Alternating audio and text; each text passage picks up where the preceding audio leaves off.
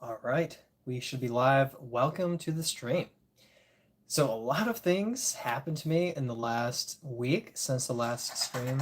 Oh, including I turned up my volume.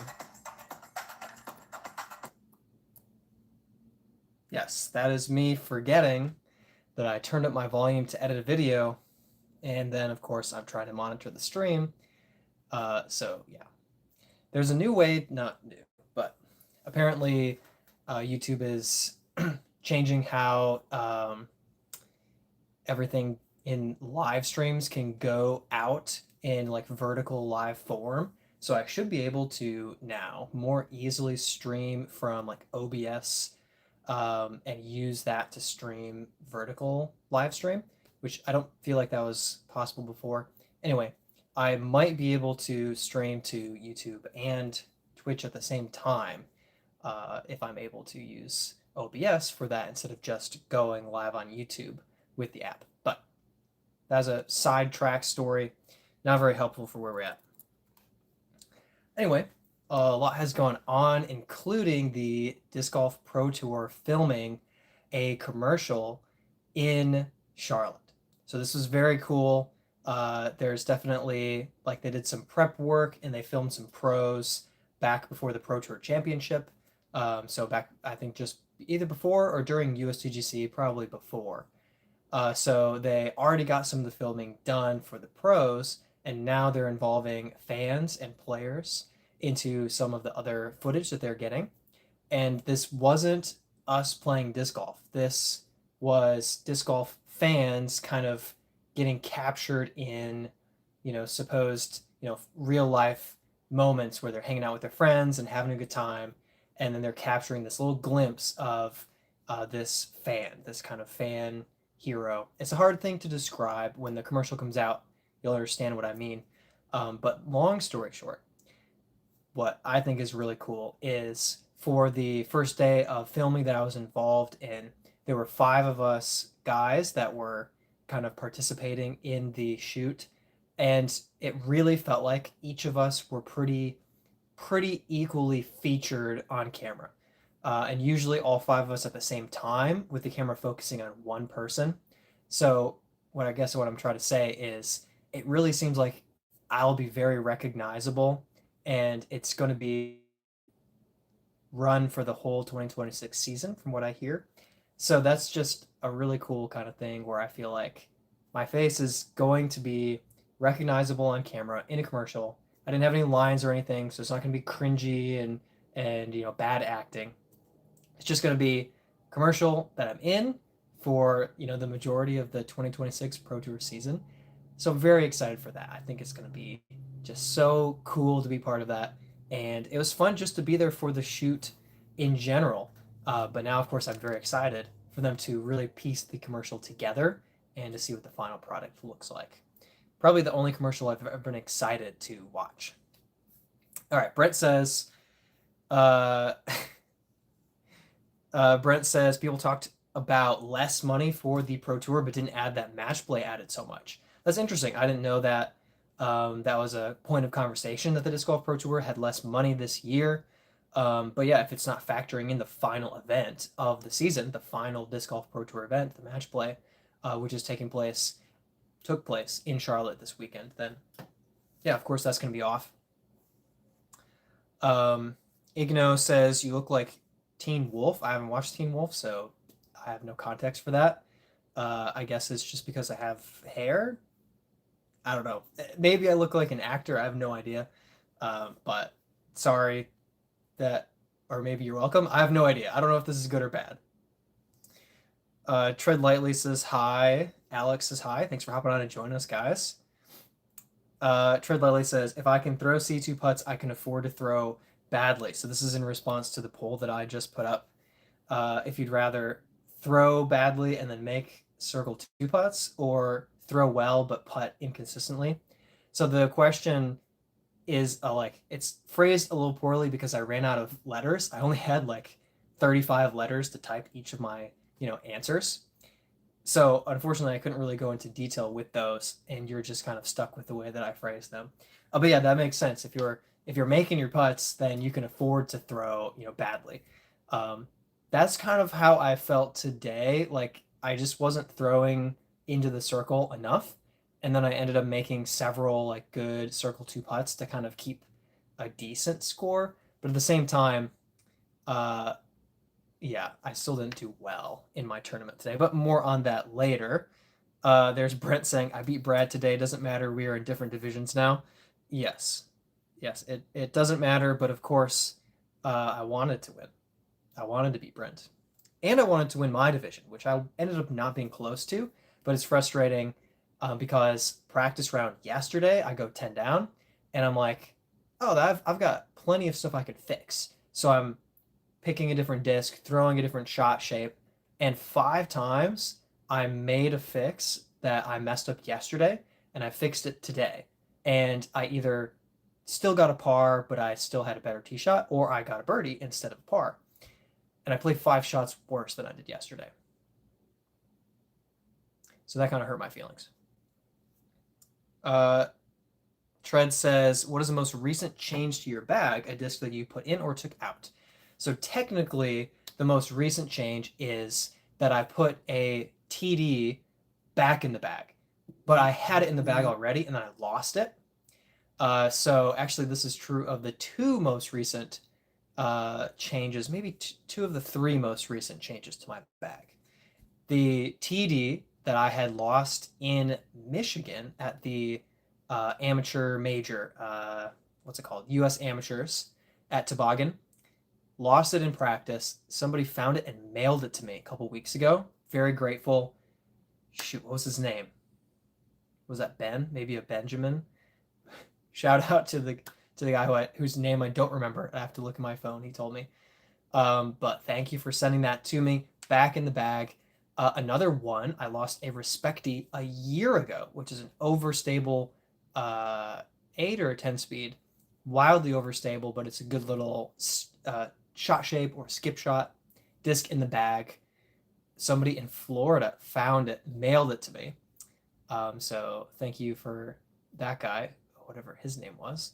Greatly appreciated. Although, just between you and me, I was charged double by the guy of what it cost to ship it to me, which is fine.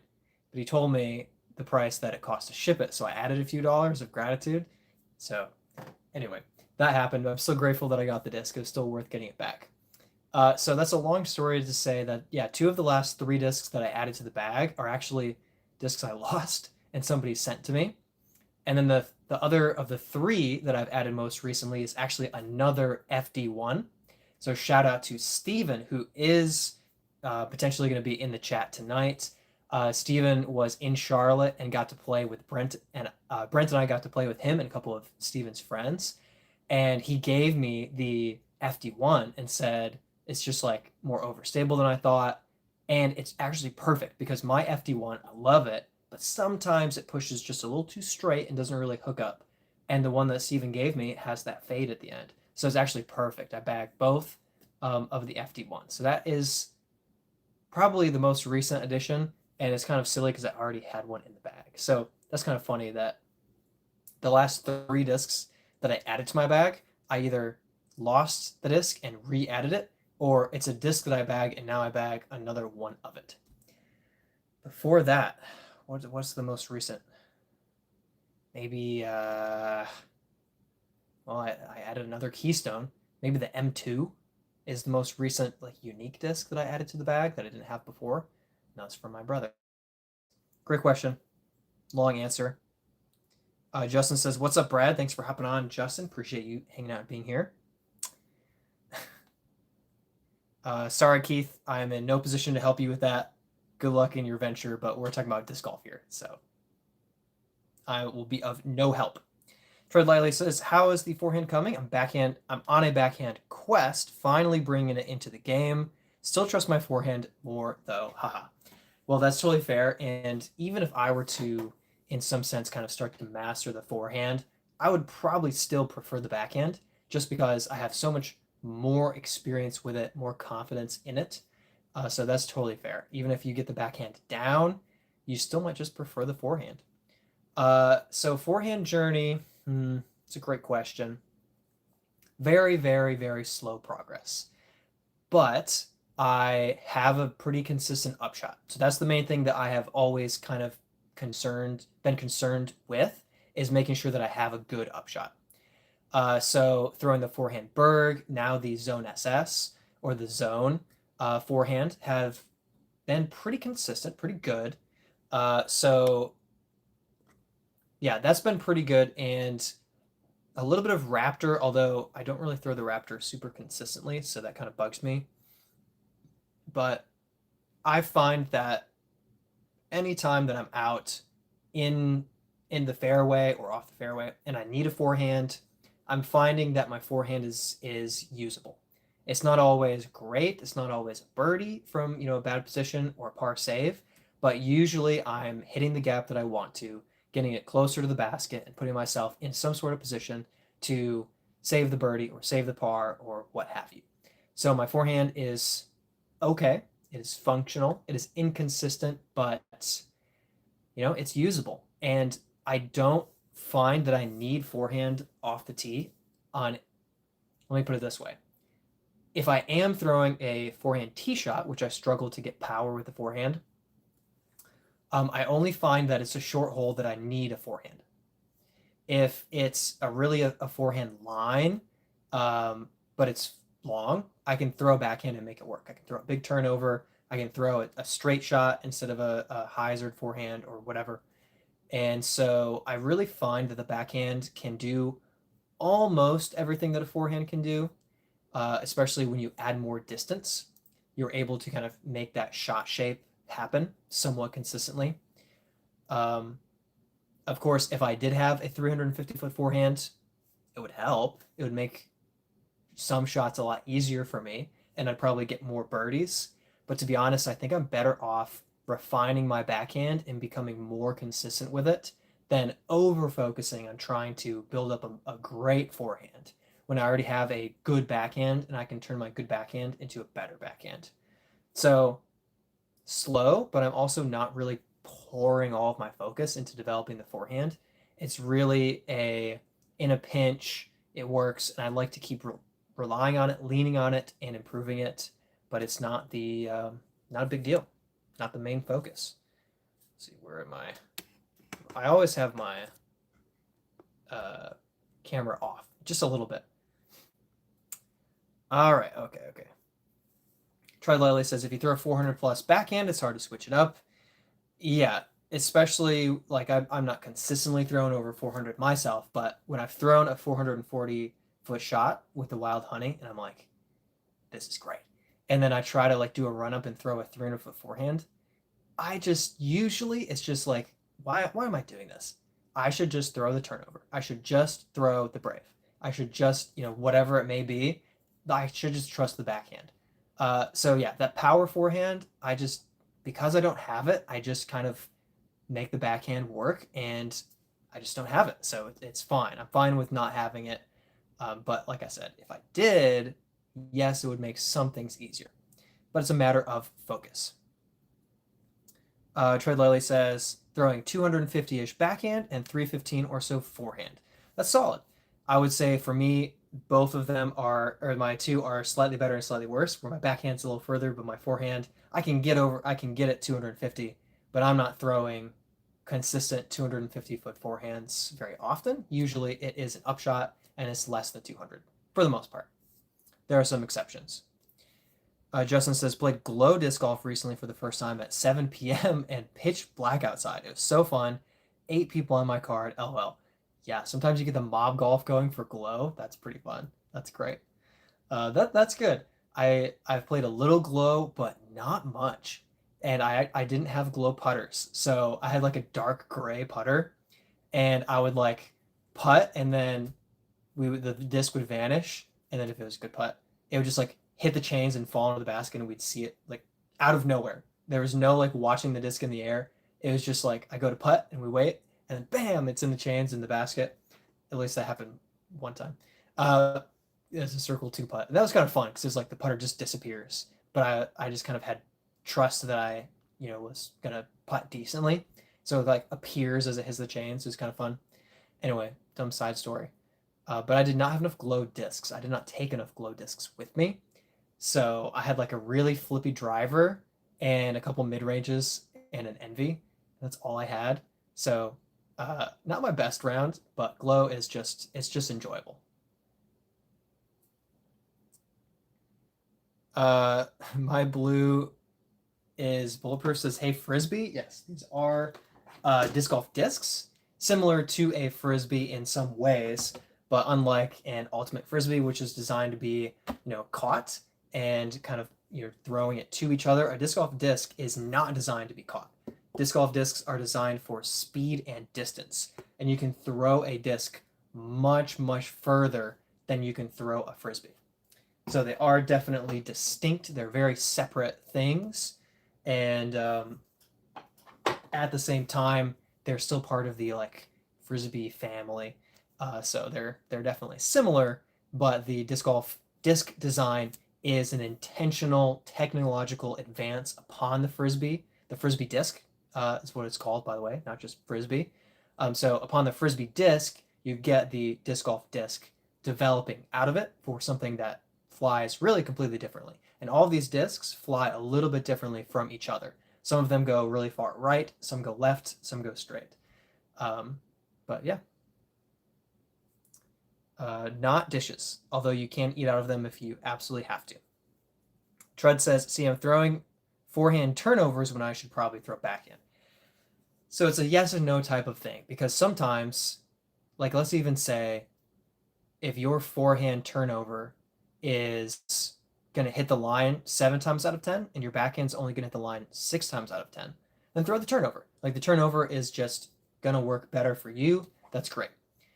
But if the turnover needs to keep going left and at the end flare, then a forehand turnover can't do that. That's where a backhand has that advantage, and that's where I struggle on the forehand when there's a shot shape where I need to drive a low ceiling shot that moves right the whole time and get some ground play. That's not a backhand shot. You can't manage that. A backhand turnover needs some more height. So that's where you need that low driven forehand that can skip. And on the Pro Tour, there are plenty of essentially required forehand lines. And we see a few people like Isaac Robinson usually making a backhand work in a lot of those situations. But even Isaac's throwing a forehand sometimes, Ezra throwing a forehand in certain circumstances.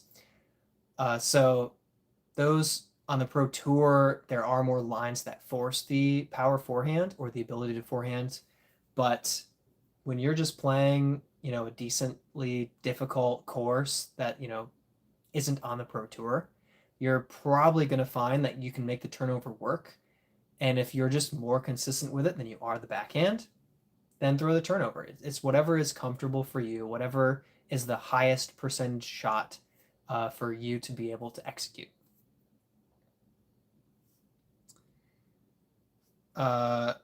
Justin says, "Ask me, lol, I have a consistent 400 backhand with a 375 max forehand, but very hard to increase distance." Tread says, "Sounds like you may not need to increase."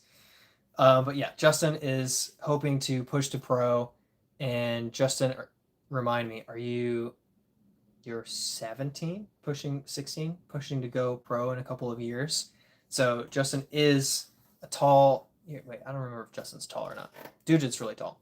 But young guy, really working to improve his game. And that is somewhere where to step into the Pro Tour, yes, you need both. Well, almost definitely need both forehand, backhand, and you need to be good at putting. You need to be consistent. You need to be able to hit from within 50 a lot and within the circle almost every single time. And yes, pushing more distance over 400 is required to really make it on the Pro Tour. And you're probably going to want to be able to say, I can hit 500 pretty often. 470, 450 easy, 470 consistently, 500 pretty often. At that point, yeah, if you've got all the other pieces, you're ready for the Pro Tour. If you're accurate, if you can putt, if you can scramble, you're ready for the Pro Tour. I don't have the distance, and my not method, but the way in which I'm going pro is not Pro Tour pro. It's Charlotte Disc Golf Professional MPO, competitor. So very, very different thing from on the Pro Tour. Just next level stuff.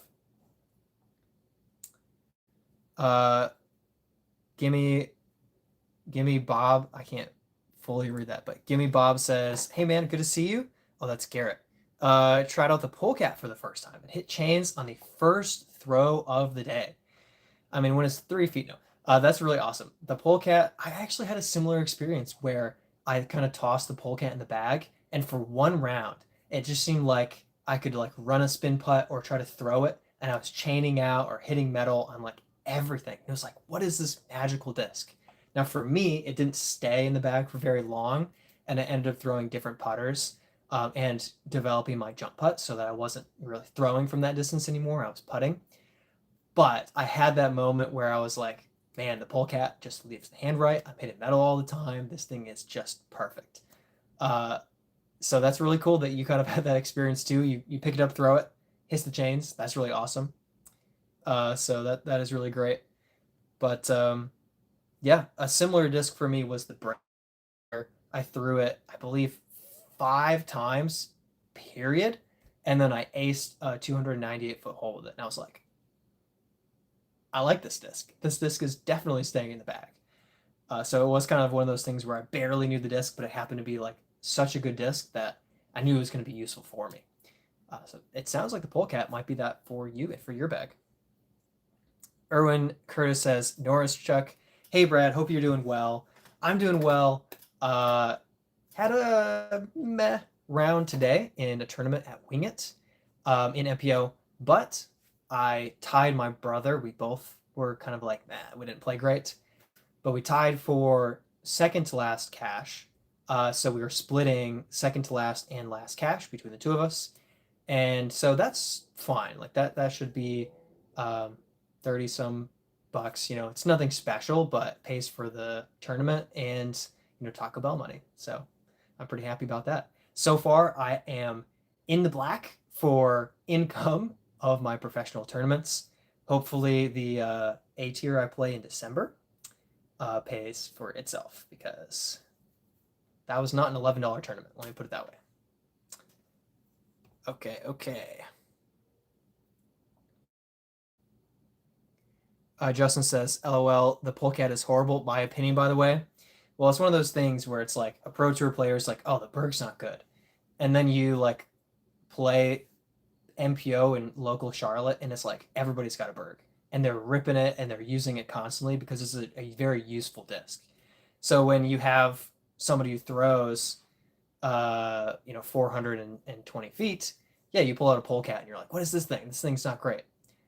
But Garrett Gurthie bags the Sonic for a good reason, and he throws the Sonic. He just tosses it into the chains, plays catch with the basket, has great upshots with it. The Sonic is basically a polecat. Like, it's not the same shape, but the Sonic and the polecat share the same idea where you're like, it's a little more of like that frisbee type, it's a little more of that lid, and yes, they're not identical, but I think it's the same concept of that slow glidey disc, uh, where you just have that polecat or that Sonic, and you can make it work. If you can make a disc work, it's not a bad disc, except for the Innova Dragon.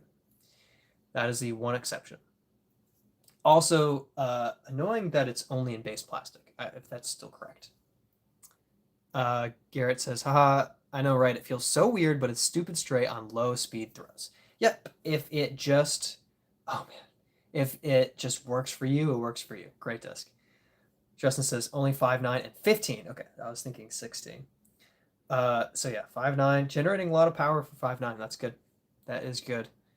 I mean, you might have some power limitations, but Emerson Keith, I believe he's got to be shorter than 5'9", and he's got 450 backhand and forehand. So clearly, it's possible. He's not a bulky guy. He's not a muscular guy.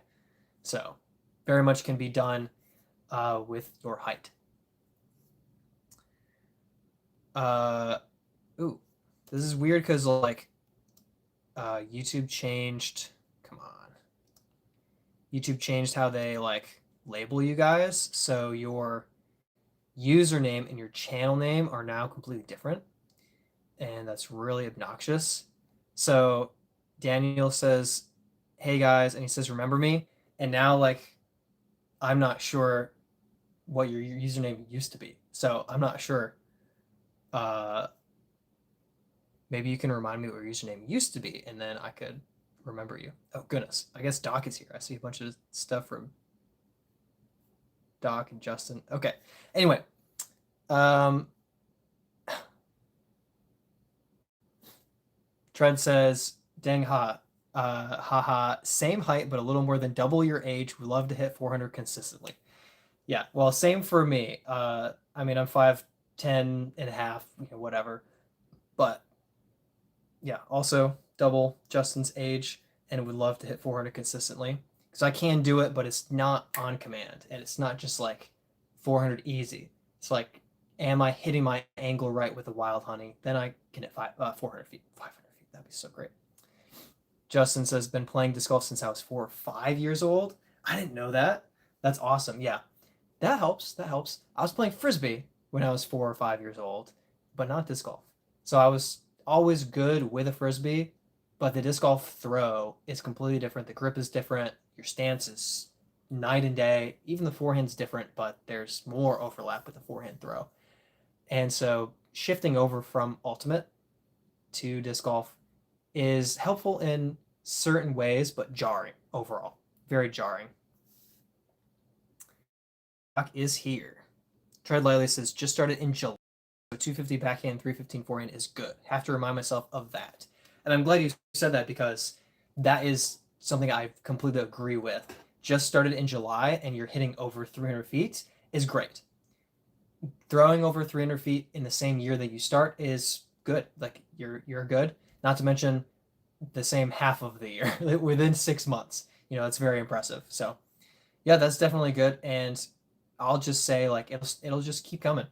I definitely didn't hit like I'm still improving and working on distance. I don't have a whole lot more distance than I did a year and a half ago, but that was 2.5 years before I was hitting close to, my distance now. So it took a while to really like step into that and develop form and grip and consistency and generate power. And like my run up is totally different. I looked at a couple of my YouTube videos, some of my first YouTube videos from over 2 years ago, and my form was pretty wonky back then. Like it was very like awkward looking compared to now where it's not perfect or anything, but I have much better mechanics. I have a much kind of slower stepping run up and I kind of generate power and speed at the end of my um, run up and throw instead of trying to run across the tee pad and throw. So it's very interesting to see that development, even the last 2 years.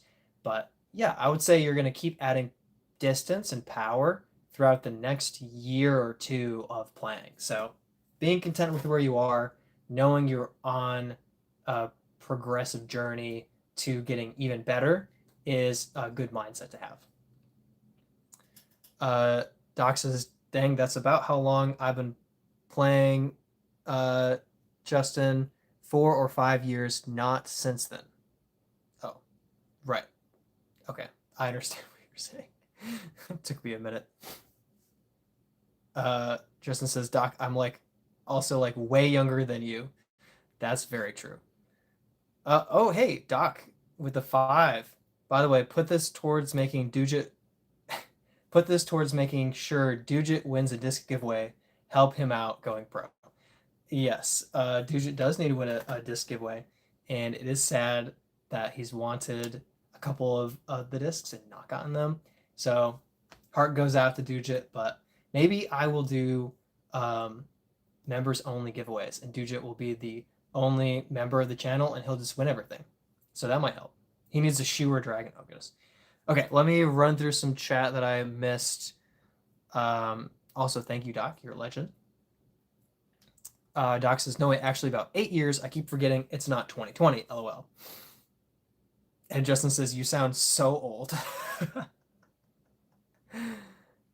uh, Steven or Kyle, whatever username is correct, says, hello. Thanks for hopping on and joining. Hey, Doc is here and Brent is here. Oh, what a sweet little reunion. So good to see. Oh my gosh. Tread lightly says, what about a Whammo 86? That's my putter. Whammo 86? Is that just straight up a frisbee? Gotta research the Whammo 86. Okay, it's a disc golf disc. So fair enough. It's not just a frisbee, it is a disc golf disc, but it is produced by Whammo, the frisbee experts there.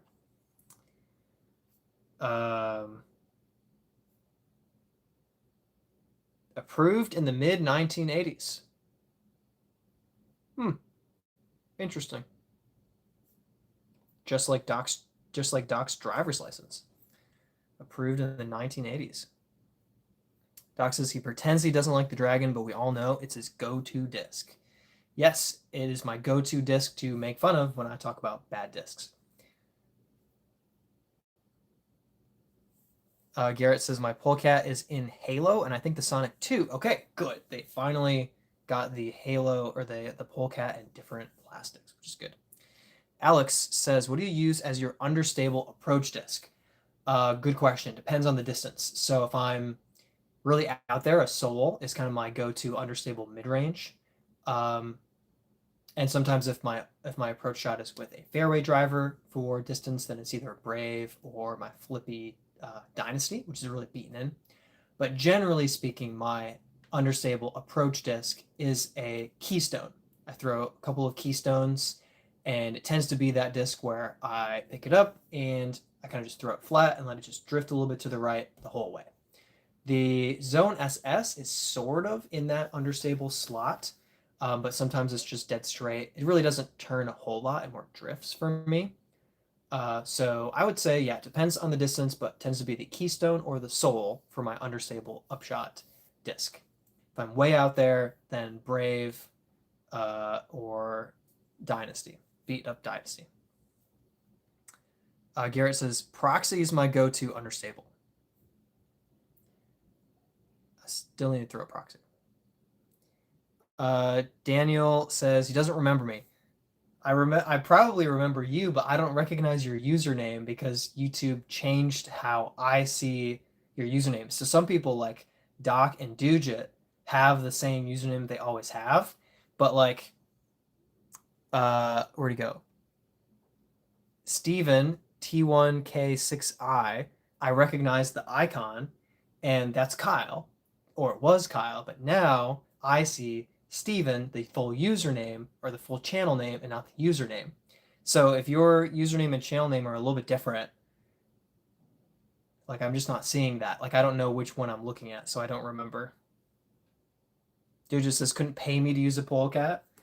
All right, I guess. I mean, you could pay me to use a polecat. I wouldn't use it in a tournament necessarily, unless maybe a couple tap-ins. But you could pay me to use a polecat. I would use it, 100%. It would make the channel. A couple birdies of the day. I should do that. I should pull that out for a birdie of the day. I've almost gotten a polecat ace. Yeah, it's probably like a 200-foot hole. Wasn't anything like crazy far. Polecat and birdie are kind of similar. Interesting.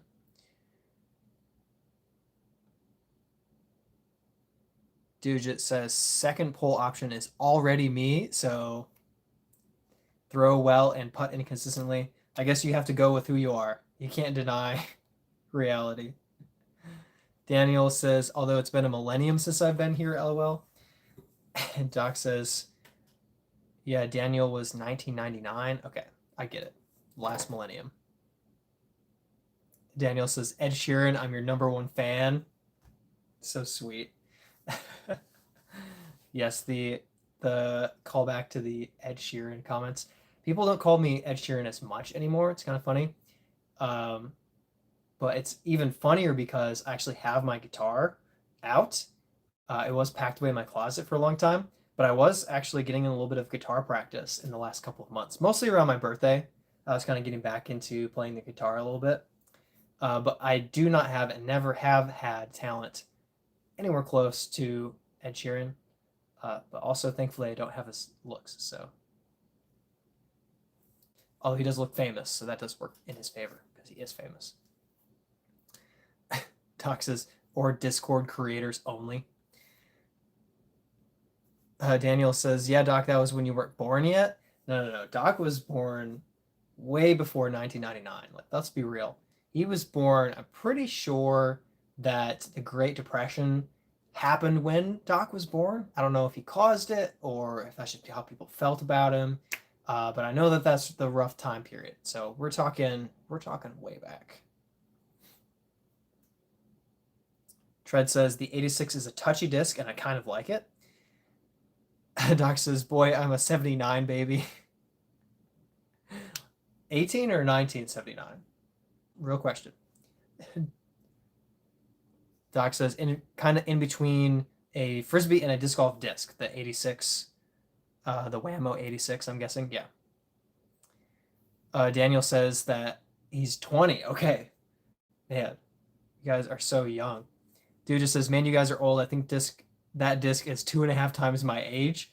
Yeah, there are some older discs out there. I have a few older ones. Do I still have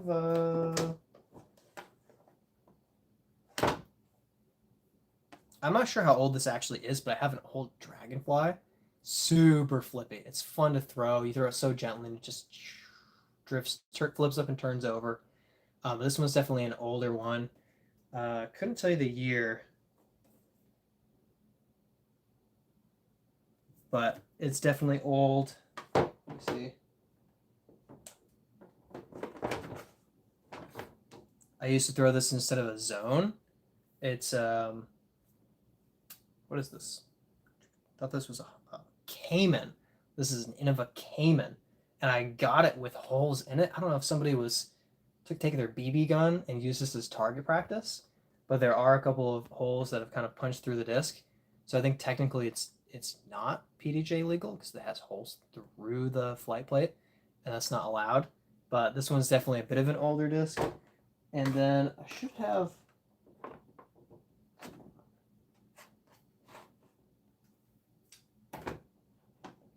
Oh, maybe it's up here.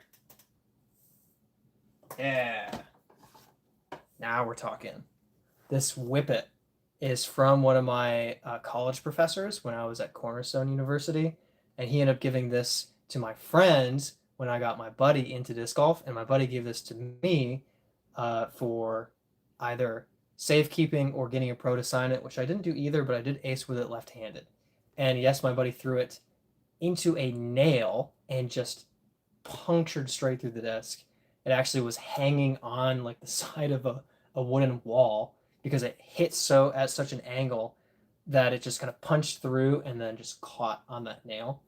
But I have confirmed 2 months ago that they tore that piece of wall down from my course in Florida, my old home course. So it can never happen to another disc again.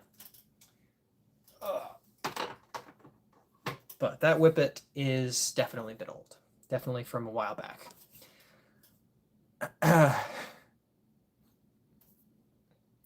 Tread Lightly says, to be fair, I was not born when it was approved. I just found it and like it. Doc says, being old is okay. Being young is what stinks. Too many decisions in life. I'm so old, I'm just drifting toward the finish line. Gosh. Yeah, unfortunately, we know that doesn't hold true forever because you do run into a lot of decisions in old age, like inheritance and health issues that make you have to be making decisions, etc., etc. Justin's headed out. Says good night. All right, peace out, Justin. It's Justin number 1. Can't believe you forgot my name already. Yeah, the username switch got me for a few of you guys, but some of you I definitely was able to figure out, what your original username is supposed to be. I really don't know why they changed it for that.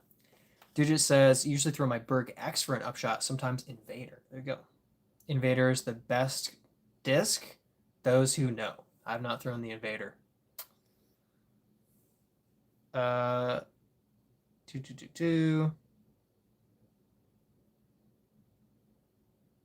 says no one call him Ed. Hey, the Black Bandit. Why did you put me as the second option? I throw well, putt inconsistent. If I could not stumble over every word I'm trying to say. Putt inconsistently, LOL. Well, I guess it just happens to resonate deep in your soul. I do kind of feel like I was both today. I felt like sometimes I would throw well, but I miss a few putts that I want to say should go in the circle. And then I also throw poorly and made circle two putts. It's really kind of a wonky experience during my tournament today. But yes, sorry to call you out there. My bad.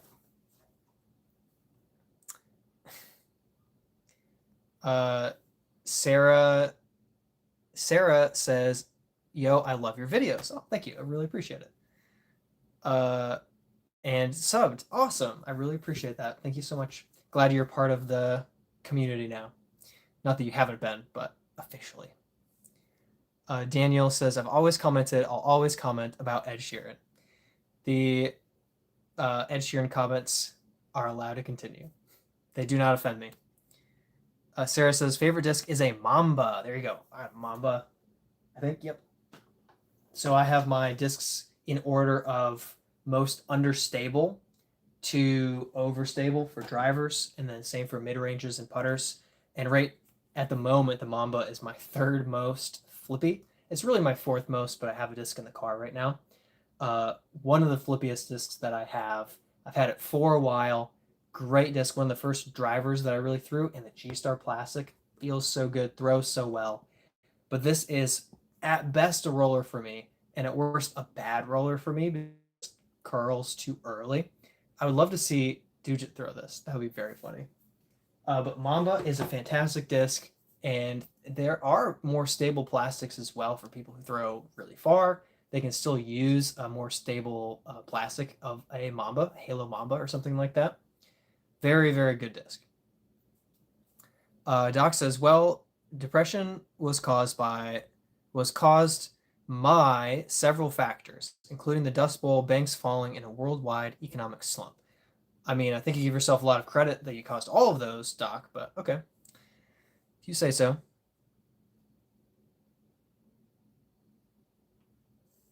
Tread Lightly says, "I am an economist, and yes, Doc did the Great Depression." Thank you, Tread Lightly. I very much appreciate you backing me up, and I appreciate your professional insight, and I will never disagree with you. Doc says, "I caused the depression, but I didn't cause the recession." I mean, that's fair. If you didn't do both, you just did one. That's fair enough. Dude just says, "Ripped my trail on Annie on my way back from a round, and I felt like I got 450, but the U-disc tracking glitched out and cut off the measuring halfway through. Swear I'm not bluffing, lol." I feel like the U-disc tracking is so inconsistent. Like it's told me that I've had more than a or several 400-foot forehands, and I'm like, I don't know if I think I had one 400-foot forehand in my life. It was insanity. It was the weirdest, like I just threw it, I just juiced it, just threw it so hard into the wind and it just kept going. But it wasn't good form. It wasn't consistent or repeatable. But anytime that I use the U-disc tracking, I feel like it's always too high or too low by like 50 feet. Like it never seems to be close. And now I have a rangefinder that I use for everything, so I kind of make that, happen. Put my bag down where I threw it from and range it. Daniel says, "How old are you, Ed?" Me being, of course, Ed in this scenario, hit 30 in September. So the big 30. I have my disc golf cart now because I'm old. And Doc and I recently agreed that once you hit 30, you're in one age category and it's just old.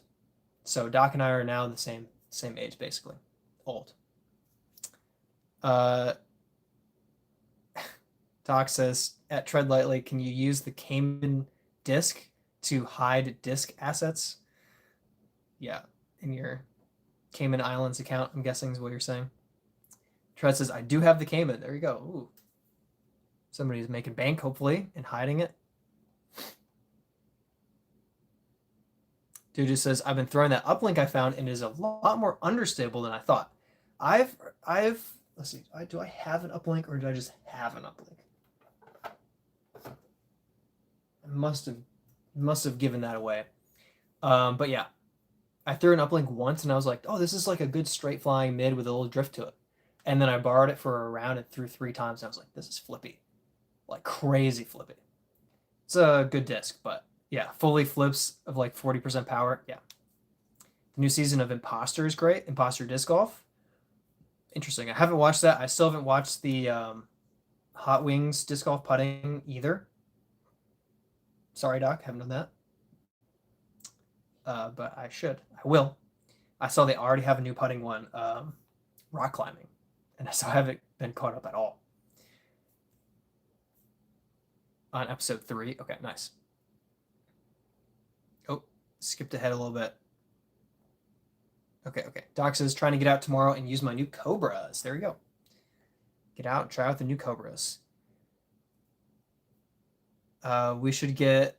Doc says we should get Ed Sheer. Dang it! Now I'm doing it. We should get Brad on there. Yeah, I would be happy to play imposter disc golf. Uh, I don't think that I am in any capacity noticeable to the foundation guys, despite having gone to the conference and like met them in person and everything.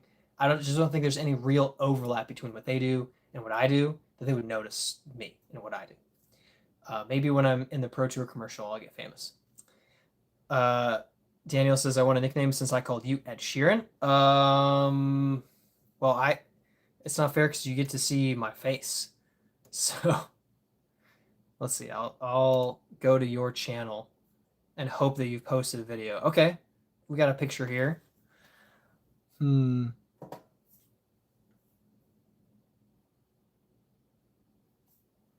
don't know. I'll come up with a nickname. I'll figure one out.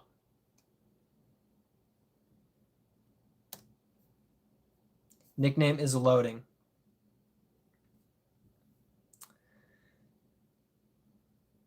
Okay. I don't know what Doc chat is just going a little crazy. Dude just says, I think the Mamba would land on its flight plate if I threw it. I bet that's probably true. That's probably true. Daniel says, does Doc accuse me of a crime? Absolutely. Doc says, Hot Wings was amazing. Dujit, try to watch it.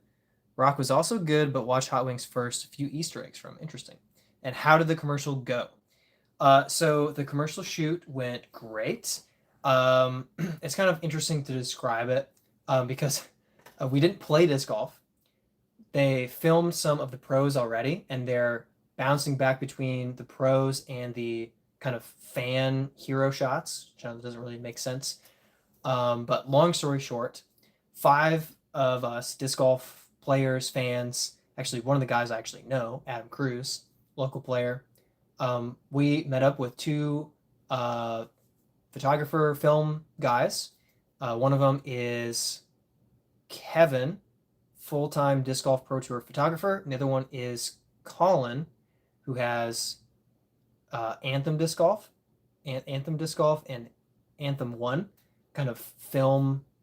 I don't know if it's a film company or a film brand that's his, and he does consulting work. Anyway, so we waited in this downtown alley in Charlotte for the sun to perfectly hit this alley, and then we had like 45 minutes of like sunlight coming in where we were just pretending to like hang out and greet each other and like stand around each other and getting footage from different angles and just kind of capturing these little moments of the 5 of us being like buddy and everything. So what I'm really getting at is they tended to film all 5 of us at the same time, and the commercial should portray all of us somewhat equally. Maybe 2 of the guys will get their kind of featured moment more than the rest of us, however it works. But overall, like, we really kind of got footage of all of us, and it really looks like I'll be recognizable in the commercial. You'll be able to see my face, recognize it without having to be like, pause it. Oh, there's Brad. He's in the background right there. That you can just see the side of his head and a little bit of his ear. It really should be like me, looking at the camera with a couple other guys. Like, it won't be just me probably, but that was very cool. It was cool to see how they worked with lighting. They have these like boards they hold up, and they have like a black side to mute the lighting, and then a white. They'll flip it to kind of brighten the scene up, and they'll hold it just off camera to help brighten the filming, and some cool different things like that. So yeah, it was pretty great. I also got to be, what's her name, Ava, the 12-year-old who played in Throw Pink and like played really well and won. What did she win? Youngest person to birdie 18 or something like that. I can't remember. Um, but she's a pretty well known disc golfer, and a couple other guys that I recognize. But yeah, it was great to be involved in the filming, and it's supposed to run throughout the 2026 Pro Tour season. So it should be something that pops up from time to time throughout the whole year. So I'm very excited about that. It should have me recognizable and be long running for the whole kind of season. And so I'm pretty happy with that. So it really went well. It was fun. Uh, Tread says, "What is your favorite color for a disc? Any preference? I like blue, but honestly, any color that's kind of a brighter, more vibrant color is helpful for me. I have Dutton color blindness, a form of color blindness where I see all of the kind of colors, but I don't see a bunch of differences between shades. So there are a whole lot of like bluish green discs that kind of all look the same, and reddish orange that all look the same, and reddish pink, etc. And that also kind of blends certain things together when I'm looking for a disc. So if I have a kind of brownish see-through disc and I lose it in the leaves, like that's going to be really hard for me to pick out from everything else because a lot of differences in shade don't stand out to me.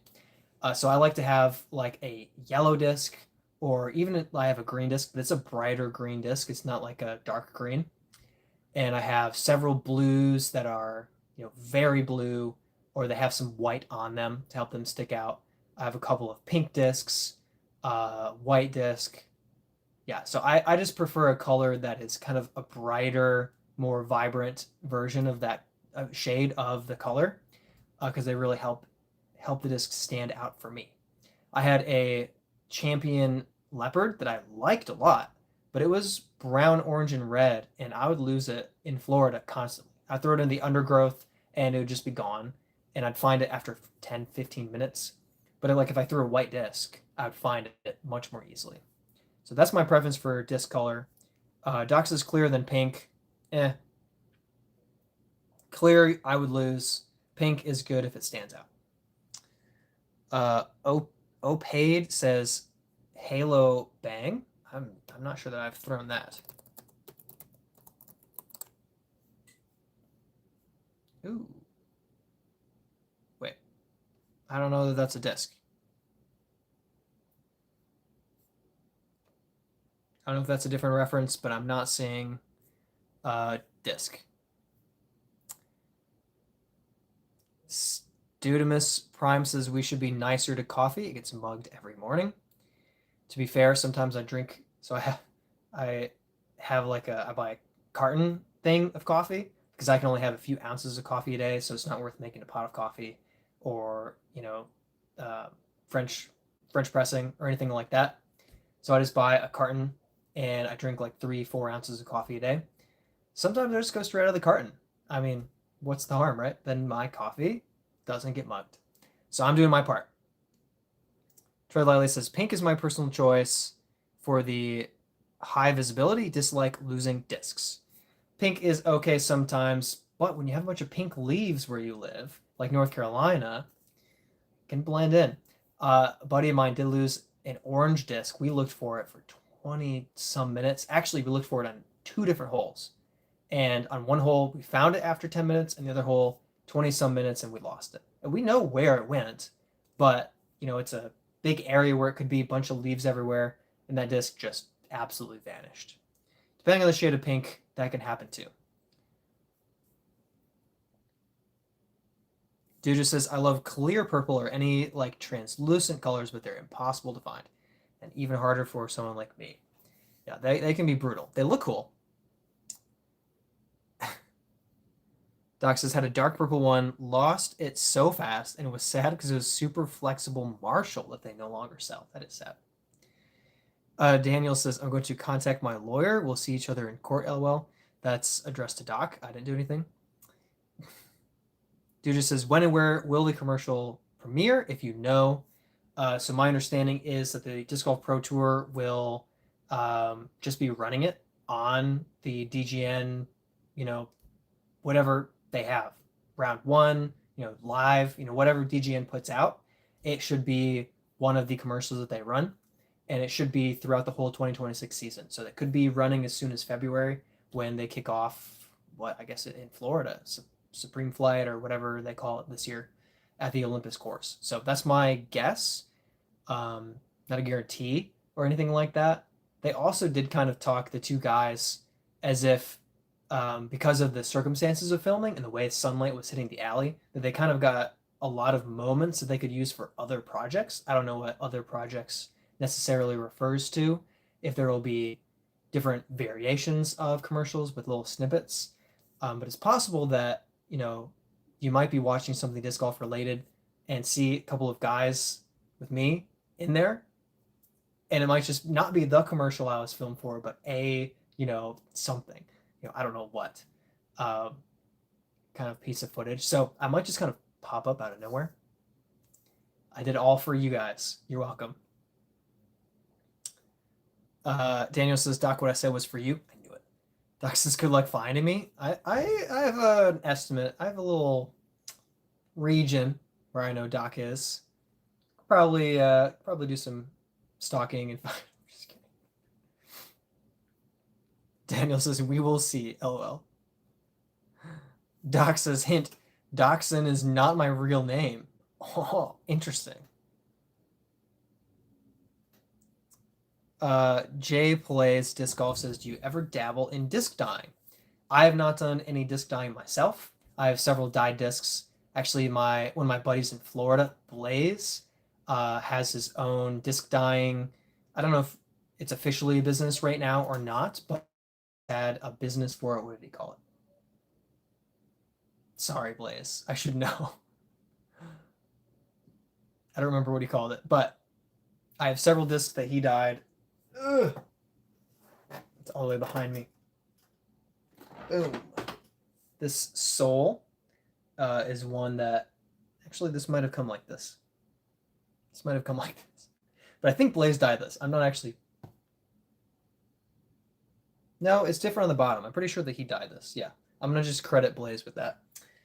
And then Moontree Dyes, another friend of mine from Florida, Mike Kubzak, also dyes discs. And it didn't get here in time for the stream, but I have a dyed Brave that was sent to me, and that should be arriving like tomorrow. So next Sunday, I'll open that up on stream and be able to show that. But me personally, no, I have not dabbled in dyeing discs.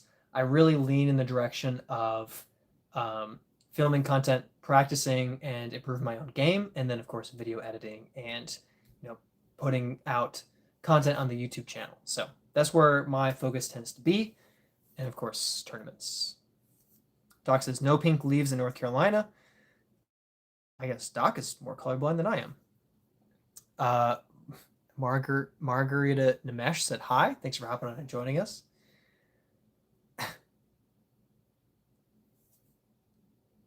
Doc says, okay, Google says rare, not none. It's just funny that it's supposedly rare. I literally walk outside, and I'm in a subdivision. I turn right, pink leaves on a tree.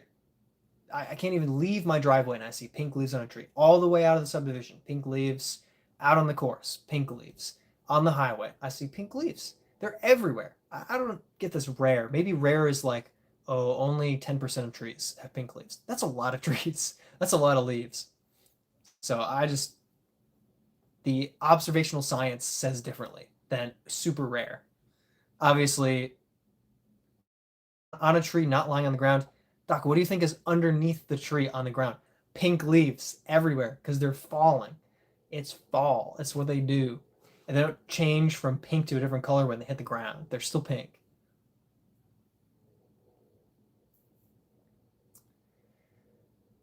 Doc says, AI overview, rare pink foliage along the Blue Ridge. Doc, copying AI overview confuses me. Living in the blue, while fall in western North Carolina is known for vibrant reds, oranges, and yellows, truly pink leaves are rare.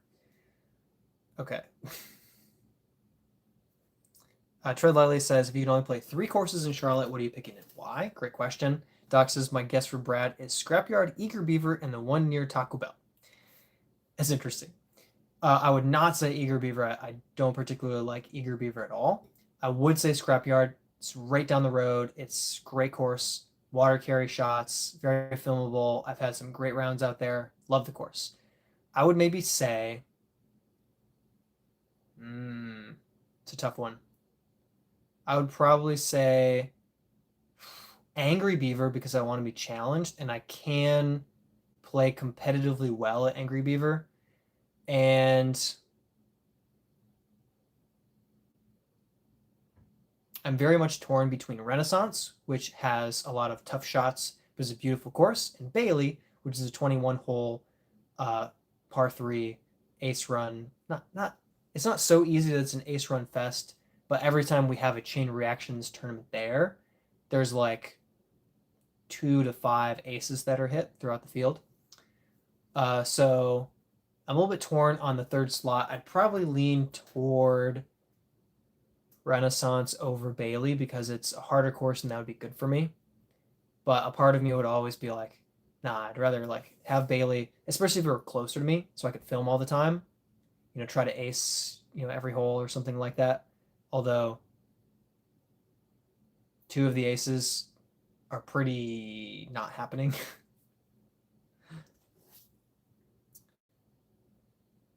Captain 9.4 says, Tread, are you from Charlotte?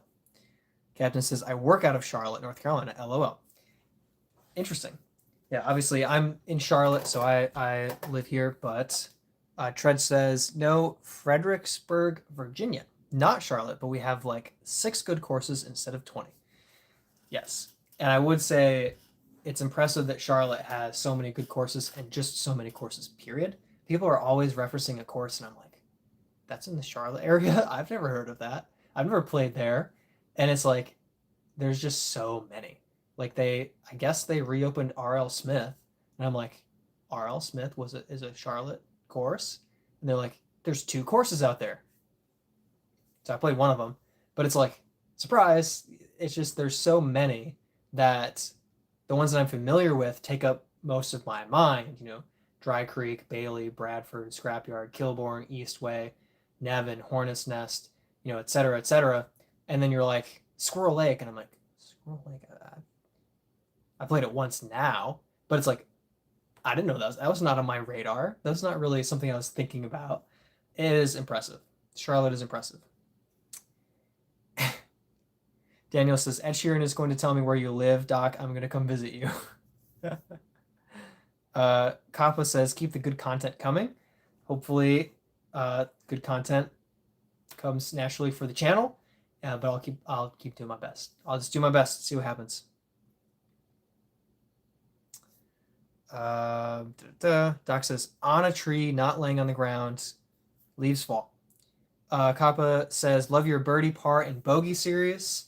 Awesome. I'm glad. I really feel like there's an I feel like there's too much disc golf content of only showing good shots and only showing impressively far holes. So you get these near pro tour, 490-foot par threes where people, I have no idea if they threw 15 shots or, if they're actually playing through on their first or, whatever. They throw some massive bomb out there with a rock 3 and get it to the circle and hit the putt. And it's like, that's great. I'm not begrudging them that content, but I like to see 180-foot, chip forehand that hits the pole. And I like to see 240-foot straight shots and turnovers and, oh, I was really close and then I kicked off this tree and went way over here and then I still made the putt. I like to see variety like that. So for me, I've always wanted to be a disc golfer who's not saying, look at me, I'm great. Look at me, I throw super far. I have, look at me and be impressed. But rather, this is disc golf. This is what we're all enjoying and appreciating. And, the birdie of the day kind of came out of this sense of like a soup of the day. We have something new today to look at. Not, oh, this is the best birdie of my day, or this is the best birdie that I have on video. It's just something different to look at. something different to try. Um, and then of course the pars sometimes are bad, sometimes are good because sometimes I have a great second shot, sometimes I just botch it. It's like, oh, dang, what could have been? And then of course the bogeys. Everybody loves a good bogey, right? I think so. But anyway, thank you. I appreciate the feedback, and I hope that it's enjoyable the variety and not just see curated good shots. And 90 some percent of the videos on my channel are first throw, first putt, made the scorecard content, and then there's a lot of practice shots. A lot of my like ace runs are practice shots. Some of my birdies come from practice rounds where I'm throwing 2 or 3 off every tee until I feel like I figured the hole out. But for the most part, it's just legitimately me just playing around and filming, and here's what we got. I'm not camping until I've crafted the perfect looking video. Like, I don't know, not my style. Tread Lightly says Charlotte seems to be the mecca of disc golf. It definitely is to a very large extent, and I would say, what's the, Justin would help me out with this. You guys probably know too. Kansas, right? What's the place? Emporia. Emporia, Kansas is kind of like a miniaturized version where they have less but more because the courses are very, very good, but they only have a handful and they have concentrated like disc golf stores and pro shops. But I mean, Charlotte only has one. We just have another round, but it's the central hub of another round, which there are 19 of them now scattered across the country. So Charlotte is definitely like not quite that highest level of disc golf quality, of course, but boy, do we have a ton of good ones. Tread Lightly says, very grateful, very thankful we have courses, excuse me, good enough for the tour. 2019 Women's World Championship was at my home park, Loriella. That's really cool. Yeah, it's really cool. I mean, Charlotte has, I think we have a Pro Tour stop coming next year. And we've had the Pro Tour Championship for a few years, not this year, but then when the match play came back and played Hornets Nest. So it's been cool to see the Pro Tour swinging through, and of course Rock Hill, USDGC. So that's near Charlotte. So you get some of the pros around, and you get the ability to attend. It's cool to see it swing through the Charlotte area too. But it's really cool, yeah. Seeing it at your home course, like that's really amazing.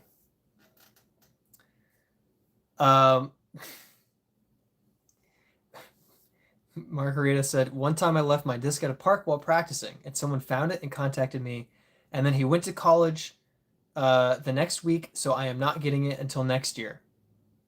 I'm so sorry. That is so brutal. How hard is it to take it with you and then mail it from college? I don't get it. Doc says, Angry Beaver. How many beavers are there in Charlotte? Wait. See if Digit is still here, chat. I don't understand. Oh, because you're saying it's inappropriate. Okay. First of all, Angry and Eager are on the same property. So they're both named Angry and Eager Beaver because they're both sharing the same property. And two, I don't know, but I'm from Michigan where we actually had beavers. I don't know if there are beavers in the Charlotte area or not, or if it's just a silly name. I have no idea. I have no context for that. Margarita says, but he is in college and he left it at his house. Yeah, that's like, why not leave it at a place you can pick it up from or take it with him and send it to you? Anyway. Jason says, hello there. Thanks for hopping on and joining us, Jason. Appreciate you swinging by. Doc says, what? Oh, he's spelling out Jason with months: July, April, September, October, November. What's up? Doc's mind just befuddles my thought process. Just something else, man. It's just impressive. Doc says, Daniel, he does have one of my burner addresses. And Daniel says, stop trying to run away. Doc, you know the situation is difficult for you. Ed Sheeran is on my side. Oh my gosh. he has no sides. Even Brent can't keep him on a path. Brent is the one going off path and kicking trees, not me. Tyler says, I play disc golf and really like it. That's great. Appreciate you hanging out and being here. Yeah, I mean, disc golf is. Oh, why did you guys not tell me that my camera was really weird? Come on. There. Now that's way better. I fixed it completely. Actually, that's kind of good. That's kind of fine. That's funny. I don't know why the camera angle bothers me so much. Maybe it's just because my phone is kind of off to the side of the tripod. But anyway, yeah, Tyler, glad you like disc golf. It's just a sport that all of us can enjoy and share together, and we have all different talent levels. We have those of us who are decently good in the amateur, up to MPO division. We have Doc, we have Brent. I mean, we have all sorts of quality of player, talent level, personalities in disc golf. But we can all have a fun time, share the course together, compete in tournaments if we want to, play casually if we don't. It's great. Doc says, it's fun. Yes, it is. Brad, by the way, I missed the start. How much did you make at the tournament? So I tied for 5th place with my brother, and there were 13 people in the field. So we believe that we are tying for second to last cash, which means that we're split second to last and last cash between the two of us. So we should be somewhere about $35 for tying for 5th place. It's pretty disappointing because I went out and I played a practice round yesterday. Went 10 down. Felt good, but not great about that. I thought, I missed a bunch of circle 2 putts. I think I made everything in the circle. Maybe I missed one. But I was like, I could play this shot better, that shot better. I just have improvements to make. I can make adjustments. So I go out today and I specifically make and execute 5 different adjustments where I changed the disc or I changed how I threw and fixed it. Either I still parred or I birdied. And I played 5 shots worse than I did yesterday. Just really felt like I improved backwards. It just was this weird, like, the way that I had played was so consistently giving myself birdie chances. And then today it was like, oh, another hole without a birdie chance. Oh, I have a 90-foot putt. Great. Oh, it's a 45-foot absolute death putt. I just have to lay this up. I just can't run this. And so it was really kind of a annoying round. The good news being, though I played somewhat poorly and I'm not thrilled with it, I think it was 951 rated. It just didn't feel like a good round. Didn't feel like I actually competed well. Still cashed. So that's really great. I'm grateful for that. It's nice to, make a few dollars, pay for my tournament entry, get some Taco Bell money, So yeah, something like $35 is the estimate, but I'll find out probably the next couple of days exactly how much I got. Anyway, glad that I played okay. Margarita says, are you thinking of selling any discs? I don't really try to sell discs, but I am happy to mail a disc to somebody if they want to buy one from me through PayPal or something like that. So if you're interested in buying a disc from me and you see one that you really like, or you have a couple that you're hoping, hey, if you have a Nuke or an Echo, do you have one you want to sell? We can talk. So I would say the best way to do that is to contact me through a DM of some sort. So Facebook message, Instagram message. You can even email me. That's a good way to do it too, because then, well, I guess there aren't any real advantages of email.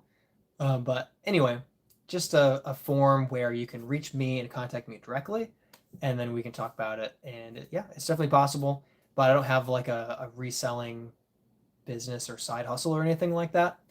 So, and I'll sign a disc upon request. A few people who have won disc giveaways have wanted the disc signed, so I've done that, and I'm happy to. But I don't expect that people want a signature from me. I'm just happy to do it if you do happen to want it. Daniel said, one day I'm going to record with Ed Sheeran. That'd be great. Whether you're talking about the real Ed Sheeran or me, follow your dreams. You'll get there. Doc says, Brent, is he saying we are above the pro level? Wow. Brent has played above the pro level. Not today.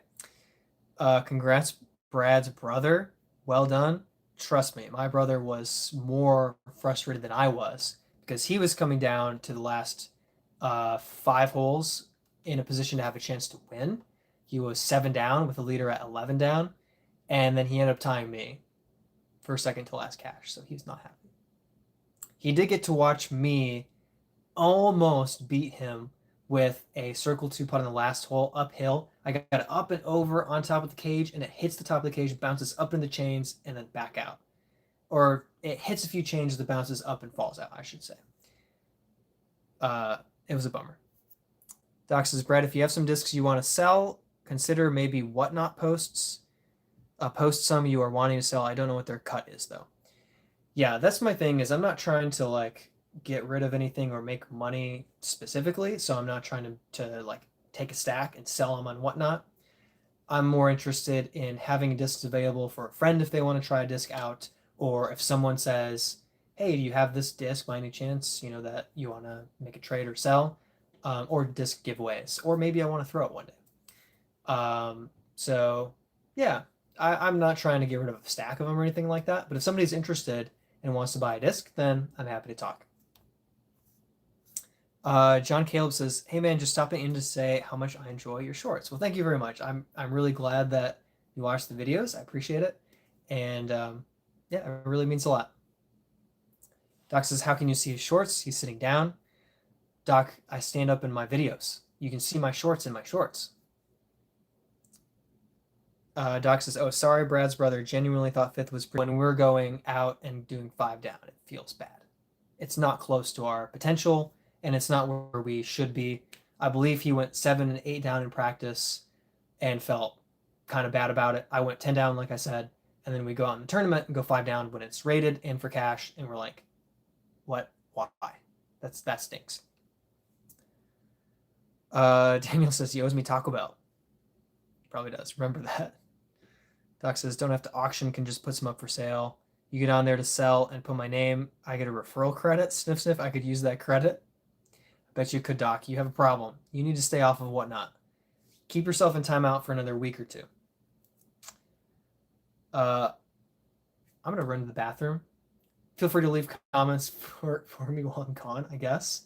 Or just make fun of me because I can't see it. And I will only read it when I come back. But I'll be back in a few minutes.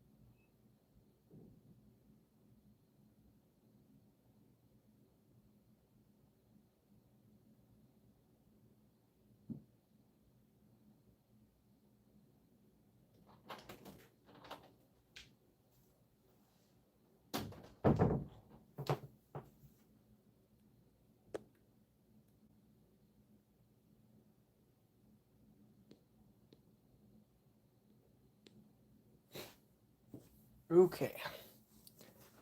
Oh, I have returned.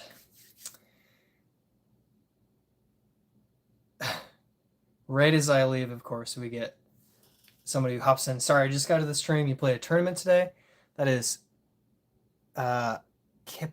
I'm sorry, I can't read your name. I'm gonna say X for your username. I'll call you Kip. I think Kip is good. Yes, played a tournament today and tied for second to last cash with my brother. So we'll be splitting second to last and last cash. There were 13 in the MPO division, so it should be something like 30 to 35 bucks. Not bad. I'm not complaining or anything. Also, we both played poorly under our normal, under our potential by a lot. And either of us could have had a good round and won or gotten like second or third place. Didn't happen. But yes, it was fun to get in a tournament. Um, yeah, so it was a chain of reactions tournament in Charlotte. Veterans, Arlington, Texas. I'm not in the Texas area, Charlotte, North Carolina. So I play mostly around Charlotte, but I traveled for amateur worlds. I've played in Michigan and Florida quite a bit as well, but it's mainly Charlotte where I'm competing. Um, Doc says, okay, Daniel, while he poos, we hash this out. Good work. I'm sure you guys fixed that while I was gone.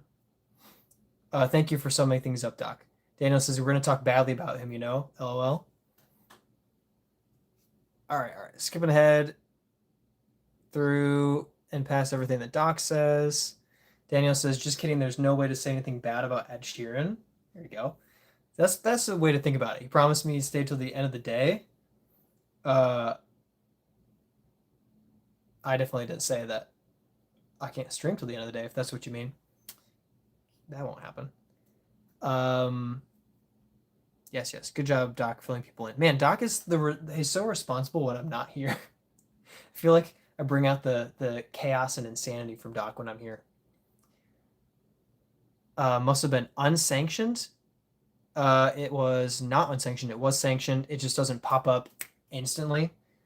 So it's going to be probably like tomorrow when the results pop up for the tournament today. Might want to check your phone. Your phone buzzed? Okay. Let me double check my phone here. See if anything happened. That's important. I did turn it on Do Not Disturb because I had a feeling that while I was gone, something would happen. Ugh. All right, I'm going to read this text.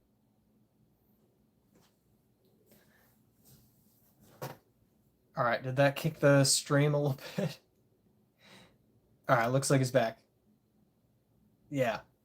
All right, so I guess that is I think that is me checking my text, just drops the stream instantly. But Daniel says he's going to leak his messages. There's bound to be some real controversy. I have no controversy in my text messages with people. It's very much like, hey, when are we playing disc golf? Do you want Taco Bell? That's pretty much it.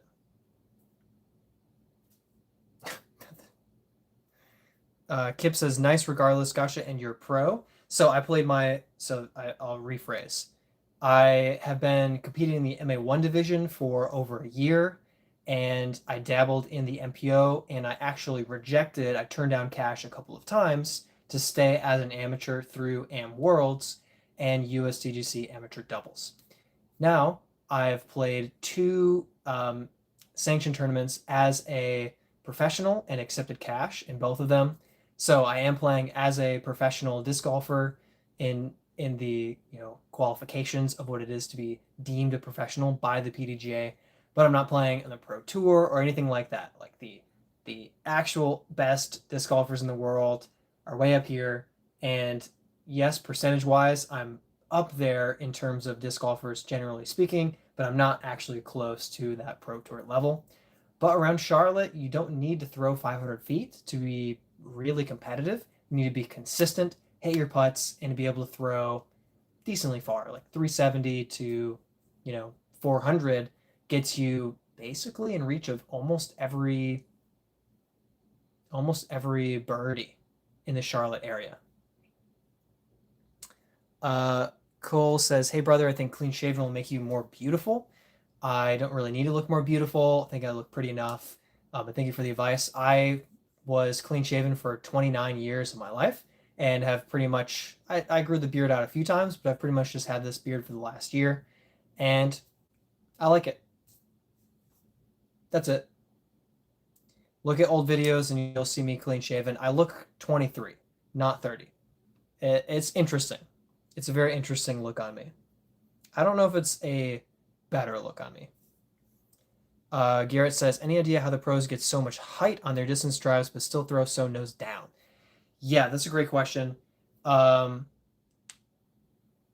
yes, so their throwing angle is elevated, but their nose angle is still nose down, which I guess it's kind of hard to describe that, but yeah, they're just able to control them getting the disc on a line moving upwards, but still keeping the nose down.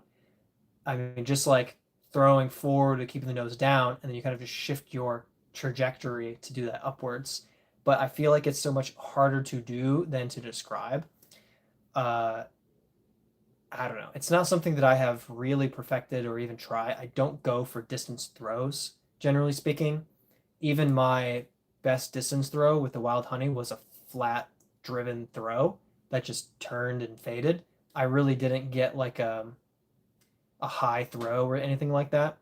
So I couldn't tell you based on my own experience how to do it. Doc says, wow, saying Charlotte players can't throw far. Not what I said, but also sort of true. Like, Charlotte disc golfers tend to excel in what Charlotte forces them to do, which is hit gaps and hit putts and scramble, but it doesn't force you to throw far. So that's kind of up to you. If you want to learn how to throw far in Charlotte, you have to put the work in open fields or play. Dang it, what's that course called? I haven't played it.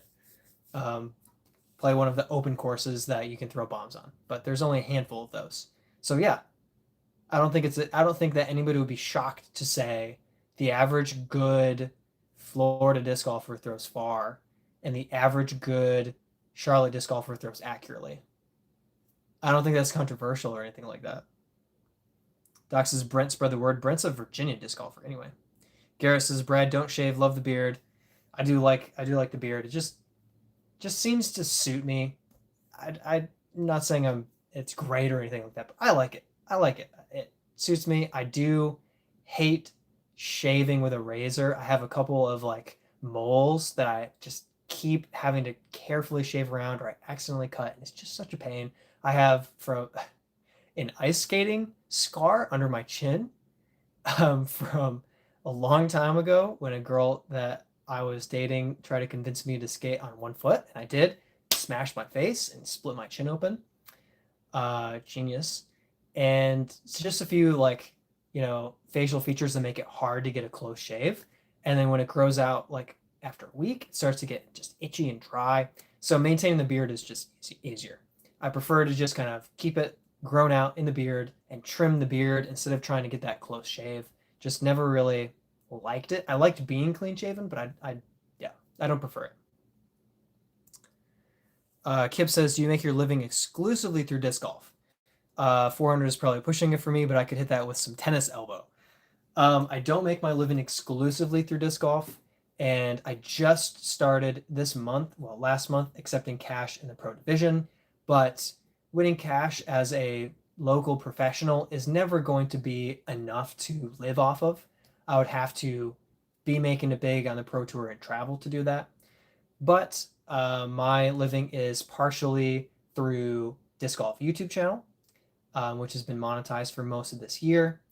I design websites and I work with my parents' nonprofit ministry, um, which is a Christian ministry that provides retreats and kind of restful vacations and spiritual retreats for pastors, missionaries, and their families. Most importantly, when we can, for their kids as well, because a lot of pastor and missionary families have like 5+ kids, and a lot of these retreat places are for couples or families of 3 or 4. So anyway, I do a lot of the tech work for them, run their social media, build their website, just kind of solve general tech problems, and it's really nice. It's rewarding, and so all of those kind of put together compile my income. So it's kind of a piecemeal thing right now, but I'm hoping to continue to shift more and more heavily into the disc golf channel and getting some decent income through playing professionally to kind of balance out the income totally. Logan says, "What's going on, brother? How you doing? Doing great. Thanks for hopping on and joining us. Uh, good. Played a just mediocre tournament today. Tied for 5th out of 13 with my brother. Split second to last and last cash. It's fine. Not bad. Uh, made more money than I paid to play. So, thumbs up. Otherwise, doing well. Doing well. Had a great practice round yesterday. Just didn't execute in the tournament." Daniel says, "Like the beard, don't shave." Won't shave. Too Wavy says, "Just checking in. What's up, man? Thanks for hopping on and joining." Yeah, like I said, tournament. Oh, and I was I was filmed in a Disc Golf Pro Tour commercial shoot that was in Charlotte last week. And hopefully by February, that commercial will be airing during the Pro Tour on the Disc Golf network, and whatever the Disc Golf Pro Tour puts out for footage, whenever they're showing their commercial, hopefully the commercial that I'm going to be in is one of those that's going to be played. So you might be seeing my face not on the Pro Tour, but while you're watching the Pro Tour. So I'm pretty excited about that. Doc says, for Garrett, Brad is doing a great job explaining, but YouTube search really needs to see it to understand it. I explained it okay. Not great. Doc says, "At least me, I'm a visual learner." Yeah, that's fair. Yeah. You really do have to directly see it. Billy says, "Is there a disc better for rollers than Roadrunner for straight max distance?" So yes, I'm not the best at rollers, but my understanding of what makes a good roller is a flippy disc is easy to lay down on a roller line, but hard to keep rolling straight. So you actually want to throw a more stable disc on Anheuser to get a straight holding roller, because a flippy disc, like I said, it's easier to get it to flip over and start rolling, but when it's rolling, it's fighting to stand up and turn over and curl. So you want a less flippy disc, actually. Like you're thinking, I assume, we're tending to think a flippy disc makes a good roller. Yes, but a really good roller is probably a more stable to slightly understable disc that you put Anheuser on and let it roll for straighter and further. So I would say if you really want a further rolling roller, throw a little bit more stable. So Roadrunner, probably too flippy. It's a -4. So yeah, I would say throw something more neutral. I don't know what would Innova be. Like I don't know. I'm thinking Sidewinder, but that's a distance driver.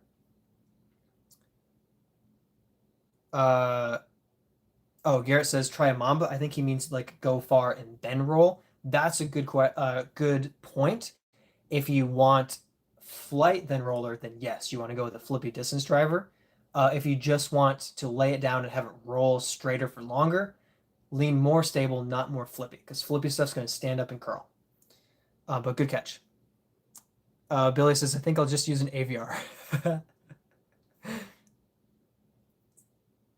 Kip says, "That's awesome, brother. You're a busy guy and you're doing great stuff. Thank you.